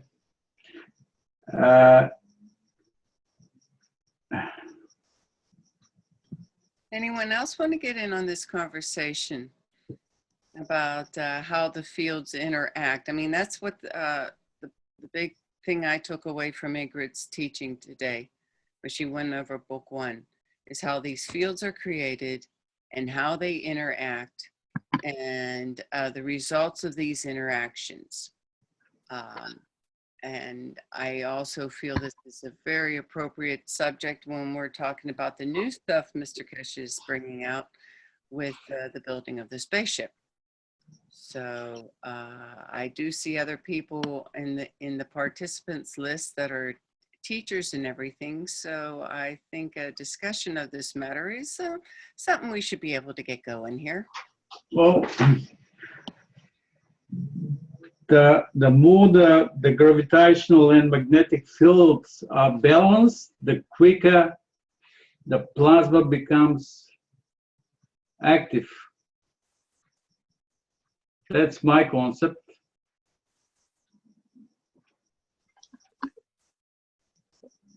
Maybe I can attribute some thoughts I had about, I think it is 25 years ago, an experience with biofeedback. I don't know if you know what I mean. I had the electrons on my hands and on my fingers, and I had the task to increase my body temperature. First of all, I saw on the screen the curve, and the curve should go up, and it stayed in a straight line. It didn't change its direction for a while. And then I remembered every time when I went with my dogs for a walk, and when I came back and had cold hands, I put my cold hands into a bottle, not a bottle, a towel of warm water, and immediately my hands got warm. And as soon as I thought of this procedure I was doing every day when I came home after the walk with my dogs, I saw on the screen the curve was going up and up and up and up. And after a while, my power wasn't high enough, and to hold on to this strong image. And then the curve went down and down and down. And another a test was I saw on the computer screen the image of my brain, of the two parts of the brain, and I in colors, different colors, yellow, green, red, and so. And the task was to get the two halves of the brain, the colors of the two halves of the brain, in a balance, to be equal. And this was a very much easier task for me. Only a few seconds, and the two halves of my brain had almost the same color. And since then, I know about the power of our thoughts on the one side, and the power of our emotions on the other side. And as we think about our thoughts are strong fields, the emotions are a little bit less strong, but are necessary to connect the strong fields of our thoughts with the weaker fields of our body structure. The emotions for me are the transmitter, are the connector of the thoughts and of the body parts. Therefore, I think we have to train ourselves to generate out of our own field composition exactly the right field strengths to interact with the fields of, let's say, our GANs material or our nano coatings or whatever, to interact with, to get the results we want to achieve. And this is for each of us a training process, I think. Yeah, I agree with you. It is a training. Well, what, okay, can we, how to put this? Words are sort of escaping what I'm trying to get out here, but there seems to be a certain field strength that needs to have attention. I'm not sure quite how to identify this field strength, and I think this is part of the training, is learning how to sort of have this connection with different field strengths. Mr. Keshe once said, we're all going to become great actors. In the realm that he was talking about controlling our spaceship. And of course, the famous word of Marco, gradient. So there seems to be some type of variance of understanding of the frequencies we have to come up with. And I'm not sure how to find the words to even talk about it. But that's my 2 cents on it. What language? Anyone else have better words to use?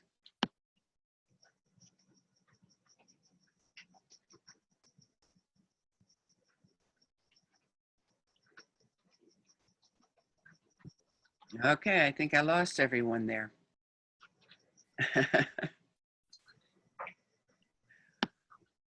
It is getting close to time. We only have a little over a half hour to go here. So any other comments or questions anyone wants to ask or share?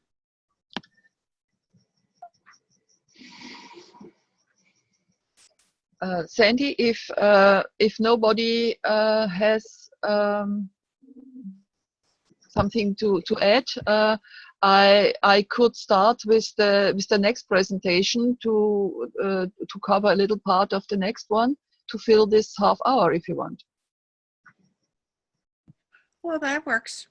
Yeah, I mean, if you keep it in context, and you know, that'd be great. That'd be fine. Yeah. Okay. It's up to all of you. If you don't want it, I don't. But I think I'll try. You can interrupt me if you want do something other. Okay. Okay. Are you gonna share your screen again, Ingrid? Yeah. Okay. I have to open the other presentation first. Okay. No problem.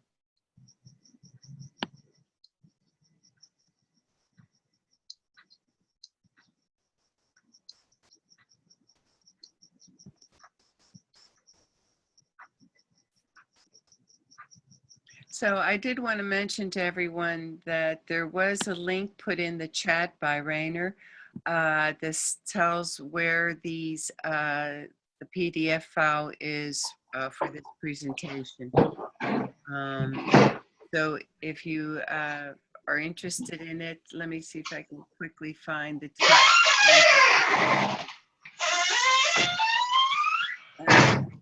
Reiner posted it at the timestamp of 5:40. Okay, and it's a Dropbox link, and you'll be able to download Ingrid's papers here. Okay. And I will share screen and continue. Okay. Sounds good to me.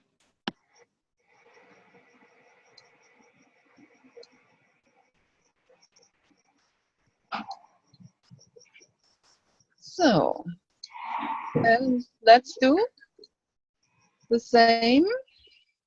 We don't need repetition. Here we can see the picture again of what Mr. Keshe calls MEFS entity. We spoke about this. We spoke about plasma and that he uses this plasma term in a quite other way than conventional physics.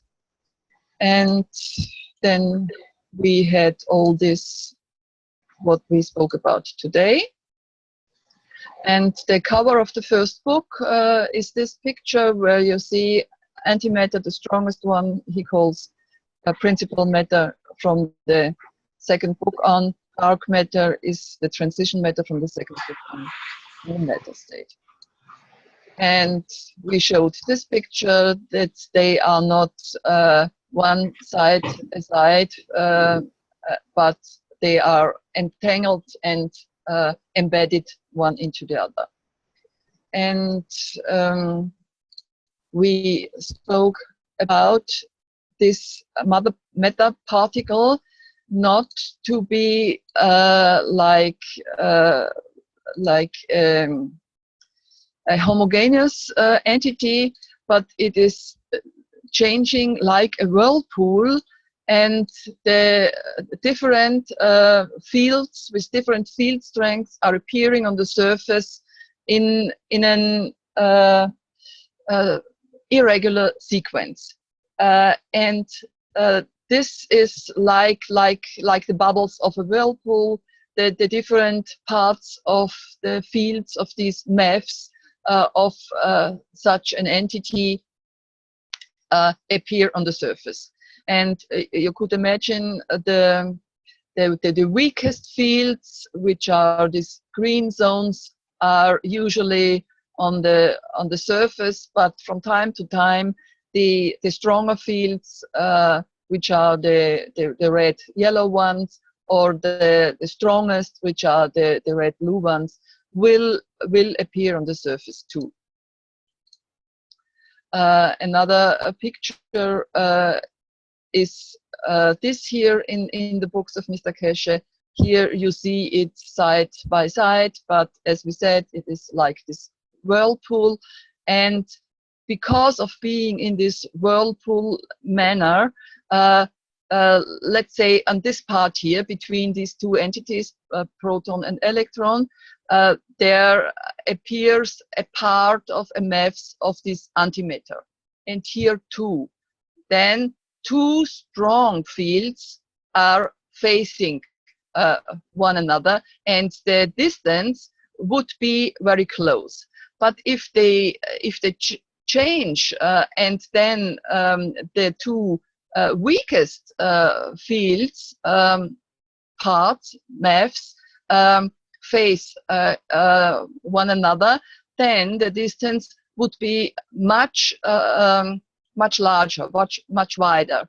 And this is the cause, according to Mr. Keshe, to the irregular path of the electron around the proton. And when we think of matter, we know about the four known states, the plasmatic states as used in conventional physics as ionized gas, the gaseous state, the liquid, and the solid state. And all of these states appear according to temperature and pressure. And when we think in Mr. Keshe's view, of course, according to the field strengths of the environment. Because if we have not the field strengths of our environment here on Earth, all atoms would behave in another way. And I know Mr. Keshe claims to have found the fifth state of matter, which is our GANS state. And in his second book, he writes, this is a molecule of a gas, therefore Ga, which becomes nano, as a shortage, of itself and appears as a solid state of matter. This means GANS is the shortage for gas and nano and solid.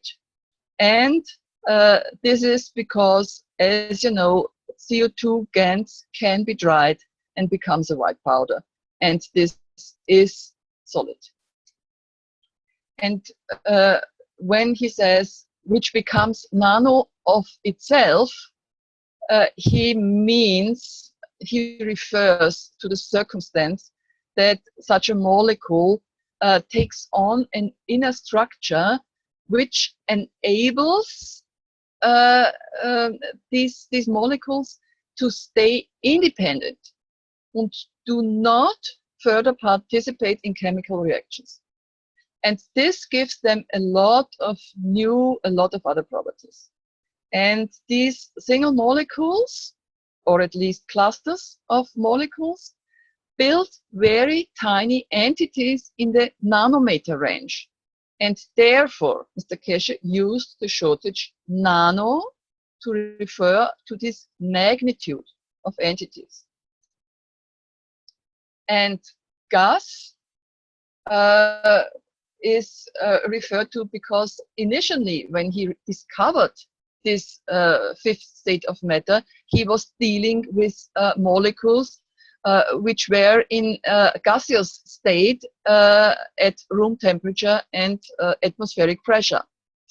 And after processing these gases into the GAN state, they have some properties which are only known of substances in solid state.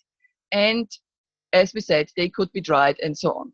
And we feel them at solid in our fingers at room temperature. But this was only out of the history, because in the meantime, while the name GANs already has been established, the base materials changed into all kinds of molecules. And some of them, like copper oxide, for instance, obviously are not gaseous at room temperature and pressure. But the inner structure of their GANs state is the same as in the GANs of gas molecules. And as we said, GANs entities are independent of temperature and pressure, and the most stable structure known in nature is a sphere. And what Mr. Keshe had in his theoretical approach to this GAN state is that in this process of conversion of a common matter particle into this GAN state, this occurs when the strength of the initial fields, of the internal fields of the molecule, these are the gravitational fields, the magnetic fields, and all the initial fields which build up these secondary fields.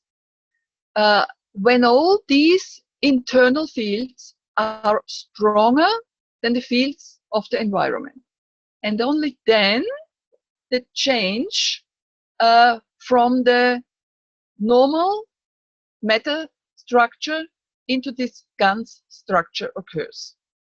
And if these external fields are weaker relatively to the internal fields of these molecules, and they turn, then they switch from this structure of a sphere with this whirlpool-like bubbling into a structure of concentric layers, like shown in this graphics. We find that the strongest fields will gather in the center. The transition fields, the middle strengths, will gather around them, and the weakest field will build up the surface, and then all around we have here with the dotted line the magnetosphere. And we can imagine this with the structure of an onion. And we saw the conditions of the GANs, the condition for the conversion into GANs has to be terms of Mr. Keshe, a so-called vacuum condition. And with vacuum condition, in most of the cases, he does not refer to a high vacuum like is produced by the high vacuum pumps, but he confirms only to a condition where in the environment of the respective molecules, there are less magnetic fields available than before this changing of the condition. And this changing of the condition to less magnetic fields available has not to be given in the surrounding of this entity, but also to a certain extent within the structure of the entity itself. And only slight changes in the strengths of these internal fields, of the internal structure of this swirling, whirling conglomerate of different fields, magnetic fields, plasmatic magnetic fields, and MEFs, all these steps he explains. Only slight changes of these field strengths, which means internal field flow velocity, decides if there is such a kind of vacuum condition, and therefore the internal structure is able to take on the structure of common matter or is able to take on the structure of the GANS molecule. And this is the oversimplified illustration. If we have more atoms of different elements, these would take on each for itself the GANS condition and build all together a new entity. This is again the difference between the matter state, which is dependent on pressure and temperature, and the GANS state, which stays stable because of this layering in its structure, independent of pressure and temperature. And the most interesting thing of this GANS state, in my point of view, is that the GANS molecules or atoms or clusters of molecules are able to release energy, while if we want to convert GANS into common matter, again, energy is needed. And this conversion from GANS to matter is only possible if a high dosage of radiation of strongest field strengths are added, according to Mr. Keshe. And GANS creates current in any environment, while common matter creates electric current only under certain conditions. And as we said, current, according to Mr. Keshe, is each kind of field flow from the higher strengths to the weaker field strength. This is the strength gradient, and only if he uses the word current in the context of electric current, he means the flow of field packages which in summary have the same field content as an electron.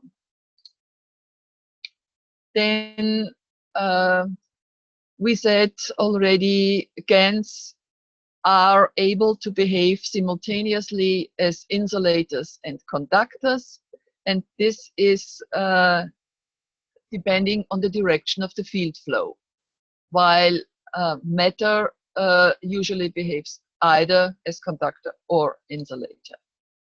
And last time we already referred to this circumstance that GANS behaves in a three-dimensional way, looking constantly to find the right Magrav's positioning. And in this doing so, they build up dynamic clusters, constantly moving clusters of molecules, where the single molecules move around one another. And through this moving, this is my personal point of view again, we can observe the constant movement of GANs in our GANS water because of this continuously moving from one molecule around on the other. And the way, in which way it is moving is of course dependent on what kind of molecule, what elements are involved. Whereas the same molecules in common solid matter state, they build fixed layers and they do no more move one against the other. The only movement is within the molecules or within the atoms of the molecules. But the molecules in matter state in the respective position are no more moving or only a little bit of moving, not moving one around the other. And when GANs molecules, GANs entities are in an environment with the suitable, with the right magnetic field strength, then they will, according or due to their own Magrav strength, extend their gravitational field forces into this environment, and then they will be able to attract light. And this way, in the moment when they are able to attract light particles, photons, we would say in conventional physics, they absorb energy and they operate internally with the absorbed energy, transform it, and release a surplus of this attracted, of this observed energy again. And this is probably the reason why the GANs molecules are continuously able to give fields to the environment and are able to act as a kind of feeder. And as you know, Mr. Keshe said in his blueprints workshops, where the little GANs balls in the center of the stacker units have to be filled with the GANs paste, that this GANs paste filled balls will be like little suns. And what does a sun? A sun is a feeder. The sun gives us all we need for our life. And in this kind, we can imagine it is a logical process. If GANs are able to attract light particles, and light particles in the sense of Mr. Keshe is not only our visible light, but is the whole range of radiation which we have in nature, and therefore most of the so-called light which is here attracted is probably not the daylight, not the light of the sun, but is the radiation which comes out of our planet Earth. And in connection with this vacuum condition, it is my personal point of view that we, if in the nearby surrounding of such a GANs molecule, this vacuum condition, which means less availability of magnetic fields, is responsible for the expansion, then these field expansions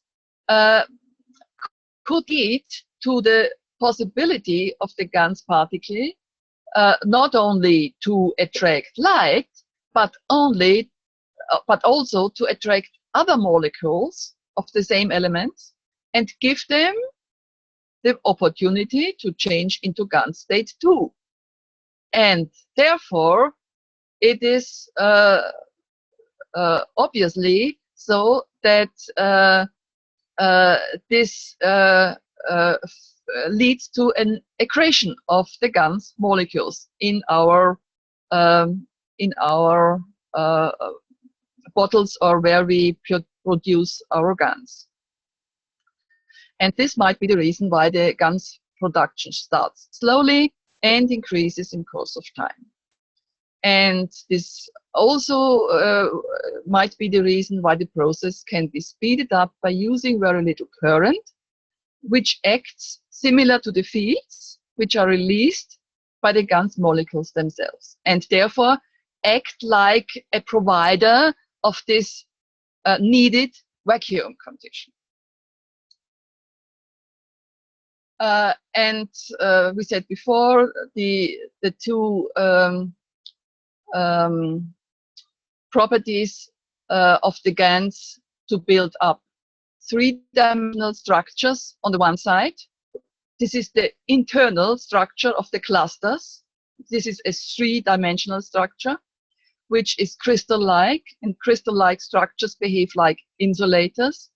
And on the other hand, the GANs themselves, if they are arranged in layers, one over the other, this provides a two-dimensional structure. And this two-dimensional structure is the condition of superconductor property at room temperature and normal atmospheric pressure. And the question arose, how could we provoke that the GANS molecules take on this three-dimensional arrangement, and what are the conditions which lead to the two-dimensional layerings? And as we know, it's a question of the provided fields in the environment and the direction and the strength of the field flows. We could imagine that we have to create such conditions in the respective environment. And how do we change conditions? If we change the conditions when we use different materials, or if we add current from a battery, and so on. And if we have difficulties with this changing of conditions in respect to the molecule we are using, then the hint of Mr. Keshe is look up into the sky, look what occurs on the larger range. Look what does the sun with the planets, what do the planets with their moons, and so on. And then you get the hints what to do in the smaller range of our clusters, of our molecules, of our atoms. And the question is, in getting this three-dimensional arrangement, maybe this is only my personal assumption. If we add fields which are slightly stronger than the average fields of the GANS material itself, it would prompt them to absorb fields by getting stronger themselves. Maybe it has to be tested. And the other way around, if we have weaker fields, the GANs production itself would increase. But with stronger fields, I have in mind that we could prompt this three-dimensional arrangement of already built GANs molecules. And if we change constantly from stronger to weaker field conditions, this constantly change would provide us the shape of layers, and in the gaps between these layers, then this is like a highway condition where the space, the gap is provided for the magnetic fields which are from the environment or from other entities and which are, according to their polarity, forced to flow through these gaps, through these highways between these layers. And all this has to be experienced in tests and confirmed and discussed with Mr. Keshe, of course. We have a lot of other properties of the GANs molecules. According to Mr. Keshe, each GANs molecule is able to behave like a gas, like a liquid, or like a solid, depending on the interaction of the magnetic field of its own plasma, which means of all of the fields which build up the GANs molecule itself. But it is completely independent of the external conditions, except we add such a high dosage of radiation that the GANs molecule itself is again converted into the common matter structure, and then, only then, temperature and pressure will be will have an impact. Then what we know, it would be a question of research. Which GANs behave in which way, especially in the combination with other GANs, with the nano-coated surfaces and different materials in matter state.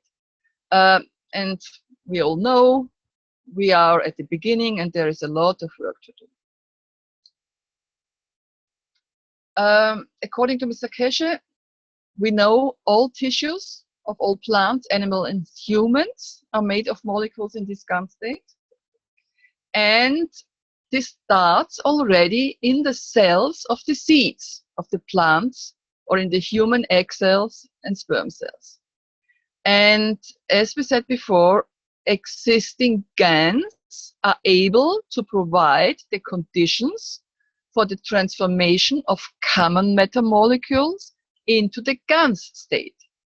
And therefore, if in a seed or in a human egg cell and sperm cell are molecules in GANs state, then they are the initial points which help to convert further common matter into GANs state 2. And in this sense, each living being is growing and providing more and more and more matter in GANs state for its own body. As we said last time too, atoms and molecules in GAN state are created, according to Mr. Keshe, on the outer boundaries of our solar system, where the temperature is very low and the pressure too. And therefore, conventional physics isn't able to imagine this creation process of matter in the outer boundaries of the solar system, because they think of temperature and think of pressure. They think the creation of matter is only possible in the core of our sun, where the temperature is high and the pressure is high. But Mr. Keshe says this is a totally wrong assumption. In reality, it is the other way around, and the condition in this outer region of our solar system, in respect of availability of less environmental fields than in the inner regions. Only this condition allows this conversion of light rays, which are coming from our sun, directly into the GANS state of matter. And this leads us to the question of the structure of light, which is the main content of the second book of Mr. Keshe. And in the 11th Knowledge Seekers Workshop, Mr. Keshe mentioned a property of mixed GANS or mixed GANS water to create light through different field interactions of different field strengths of the different GANS or GANS waters. And he referred to a former reactor. He drew it on the whiteboard. He presented 2011 in Eindhoven. And as I thought this, I thought immediately he probably referred to this picture. He presented this static reactor in 2011, and you can see it in this video at 42 minutes. And what he showed there is the possibility of this reactor here to produce current, only a little, but to produce current. And what he didn't mention in this video, but in the 111th Knowledge Seekers Workshop, was the property to create light. But he referred to this property to create light in his second book. The question, what is light? The present physics defines light to be the section of the spectrum of electromagnetic waves which is visible to human eyes. As we know, this is only a very small part of this whole spectrum, which is already known by our physics. And it is considered to behave either like a particle or like a wave. And these are some pictures, and you have here some links for further information. And what Mr. Keshe said in his book, but what is obviously not quite true, he says conventional physics does not consider light to have a mass. But I found in different publications, conventional physics does consider that light has a mass, but only a mass, a dynamic mass, and not a mass in a non-dynamic state. But this is, in my point of view, irrelevant, because a light particle, a photon, is not thinkable without motion, and therefore it's every time dynamic, and therefore it has a mass. And because having a mass, these light particles are able to be bent around heavy masses. And this is one of the reasons why Mr. Keshe in his second book states that each light particle must have a structure like a matter particle. It must have all the three maths. It must have a mass, and it must have a magnetosphere. And this is a simplified picture of this concept. In the center of this tube-like elongated particle, light particle, in this concept is the strongest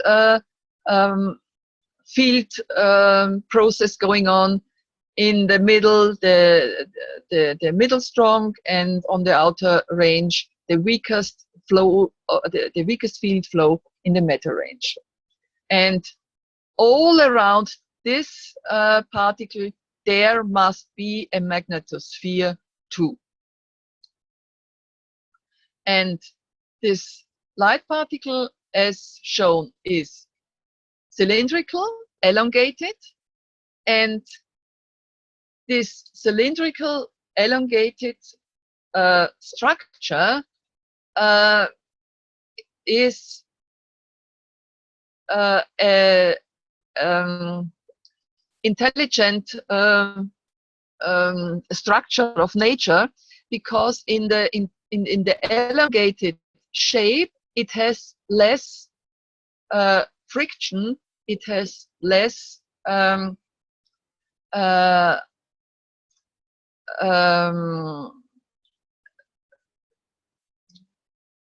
resistance with the environment. And as we see here, it is considered a direction of flow. We have here the entry point, or south pole. The field flow is from the left to the right, goes around to the center and around to the center, or other way, here flowing in and flowing out. And what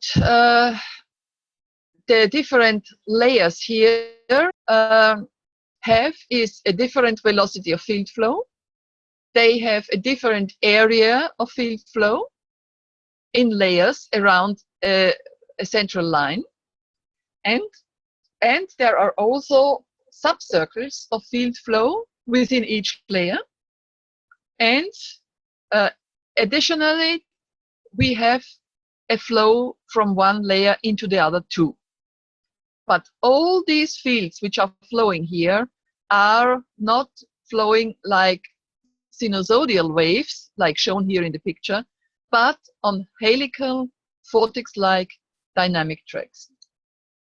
I have shown this last time in this simplified picture with these three layers where directional field flow is shown.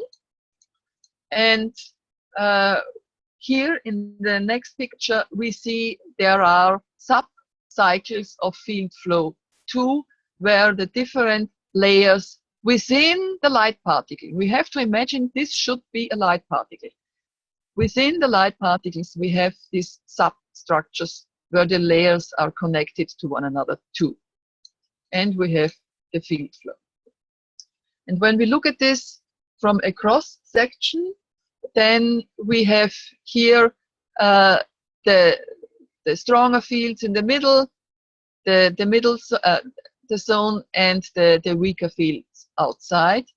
And then in the second book, the same picture for the structure of the light is used as for the structure of the GANs. And therefore, we could imagine easily that light particles in the outer ranges of our solar system is easily to be changed into a GANs particle. And I think now we have our time reached, and I think we could stop here, and at this stage we could continue next time. Thank you, Ingrid. Thank you very much. That was great. Okay, well, I look forward to the next time when you can continue on. You bring everything, you know, so succinctly in and precisely. It's great. Thank you. And everyone, we will continue on with classes this afternoon in about 50 minutes on this same Zoom channel here, 157-354-200. So I look forward to being with you all then. Everyone have a good lunch, and we'll see you soon. I'm now going to end this meeting. It is Monday, May 2nd, 2016. This was the first session of the online teaching program of the Keshe Foundation Spaceship Institute. Thank you to Ingrid, our teacher, and I was Sandy Esch, your host. Take care, everyone. Bye-bye.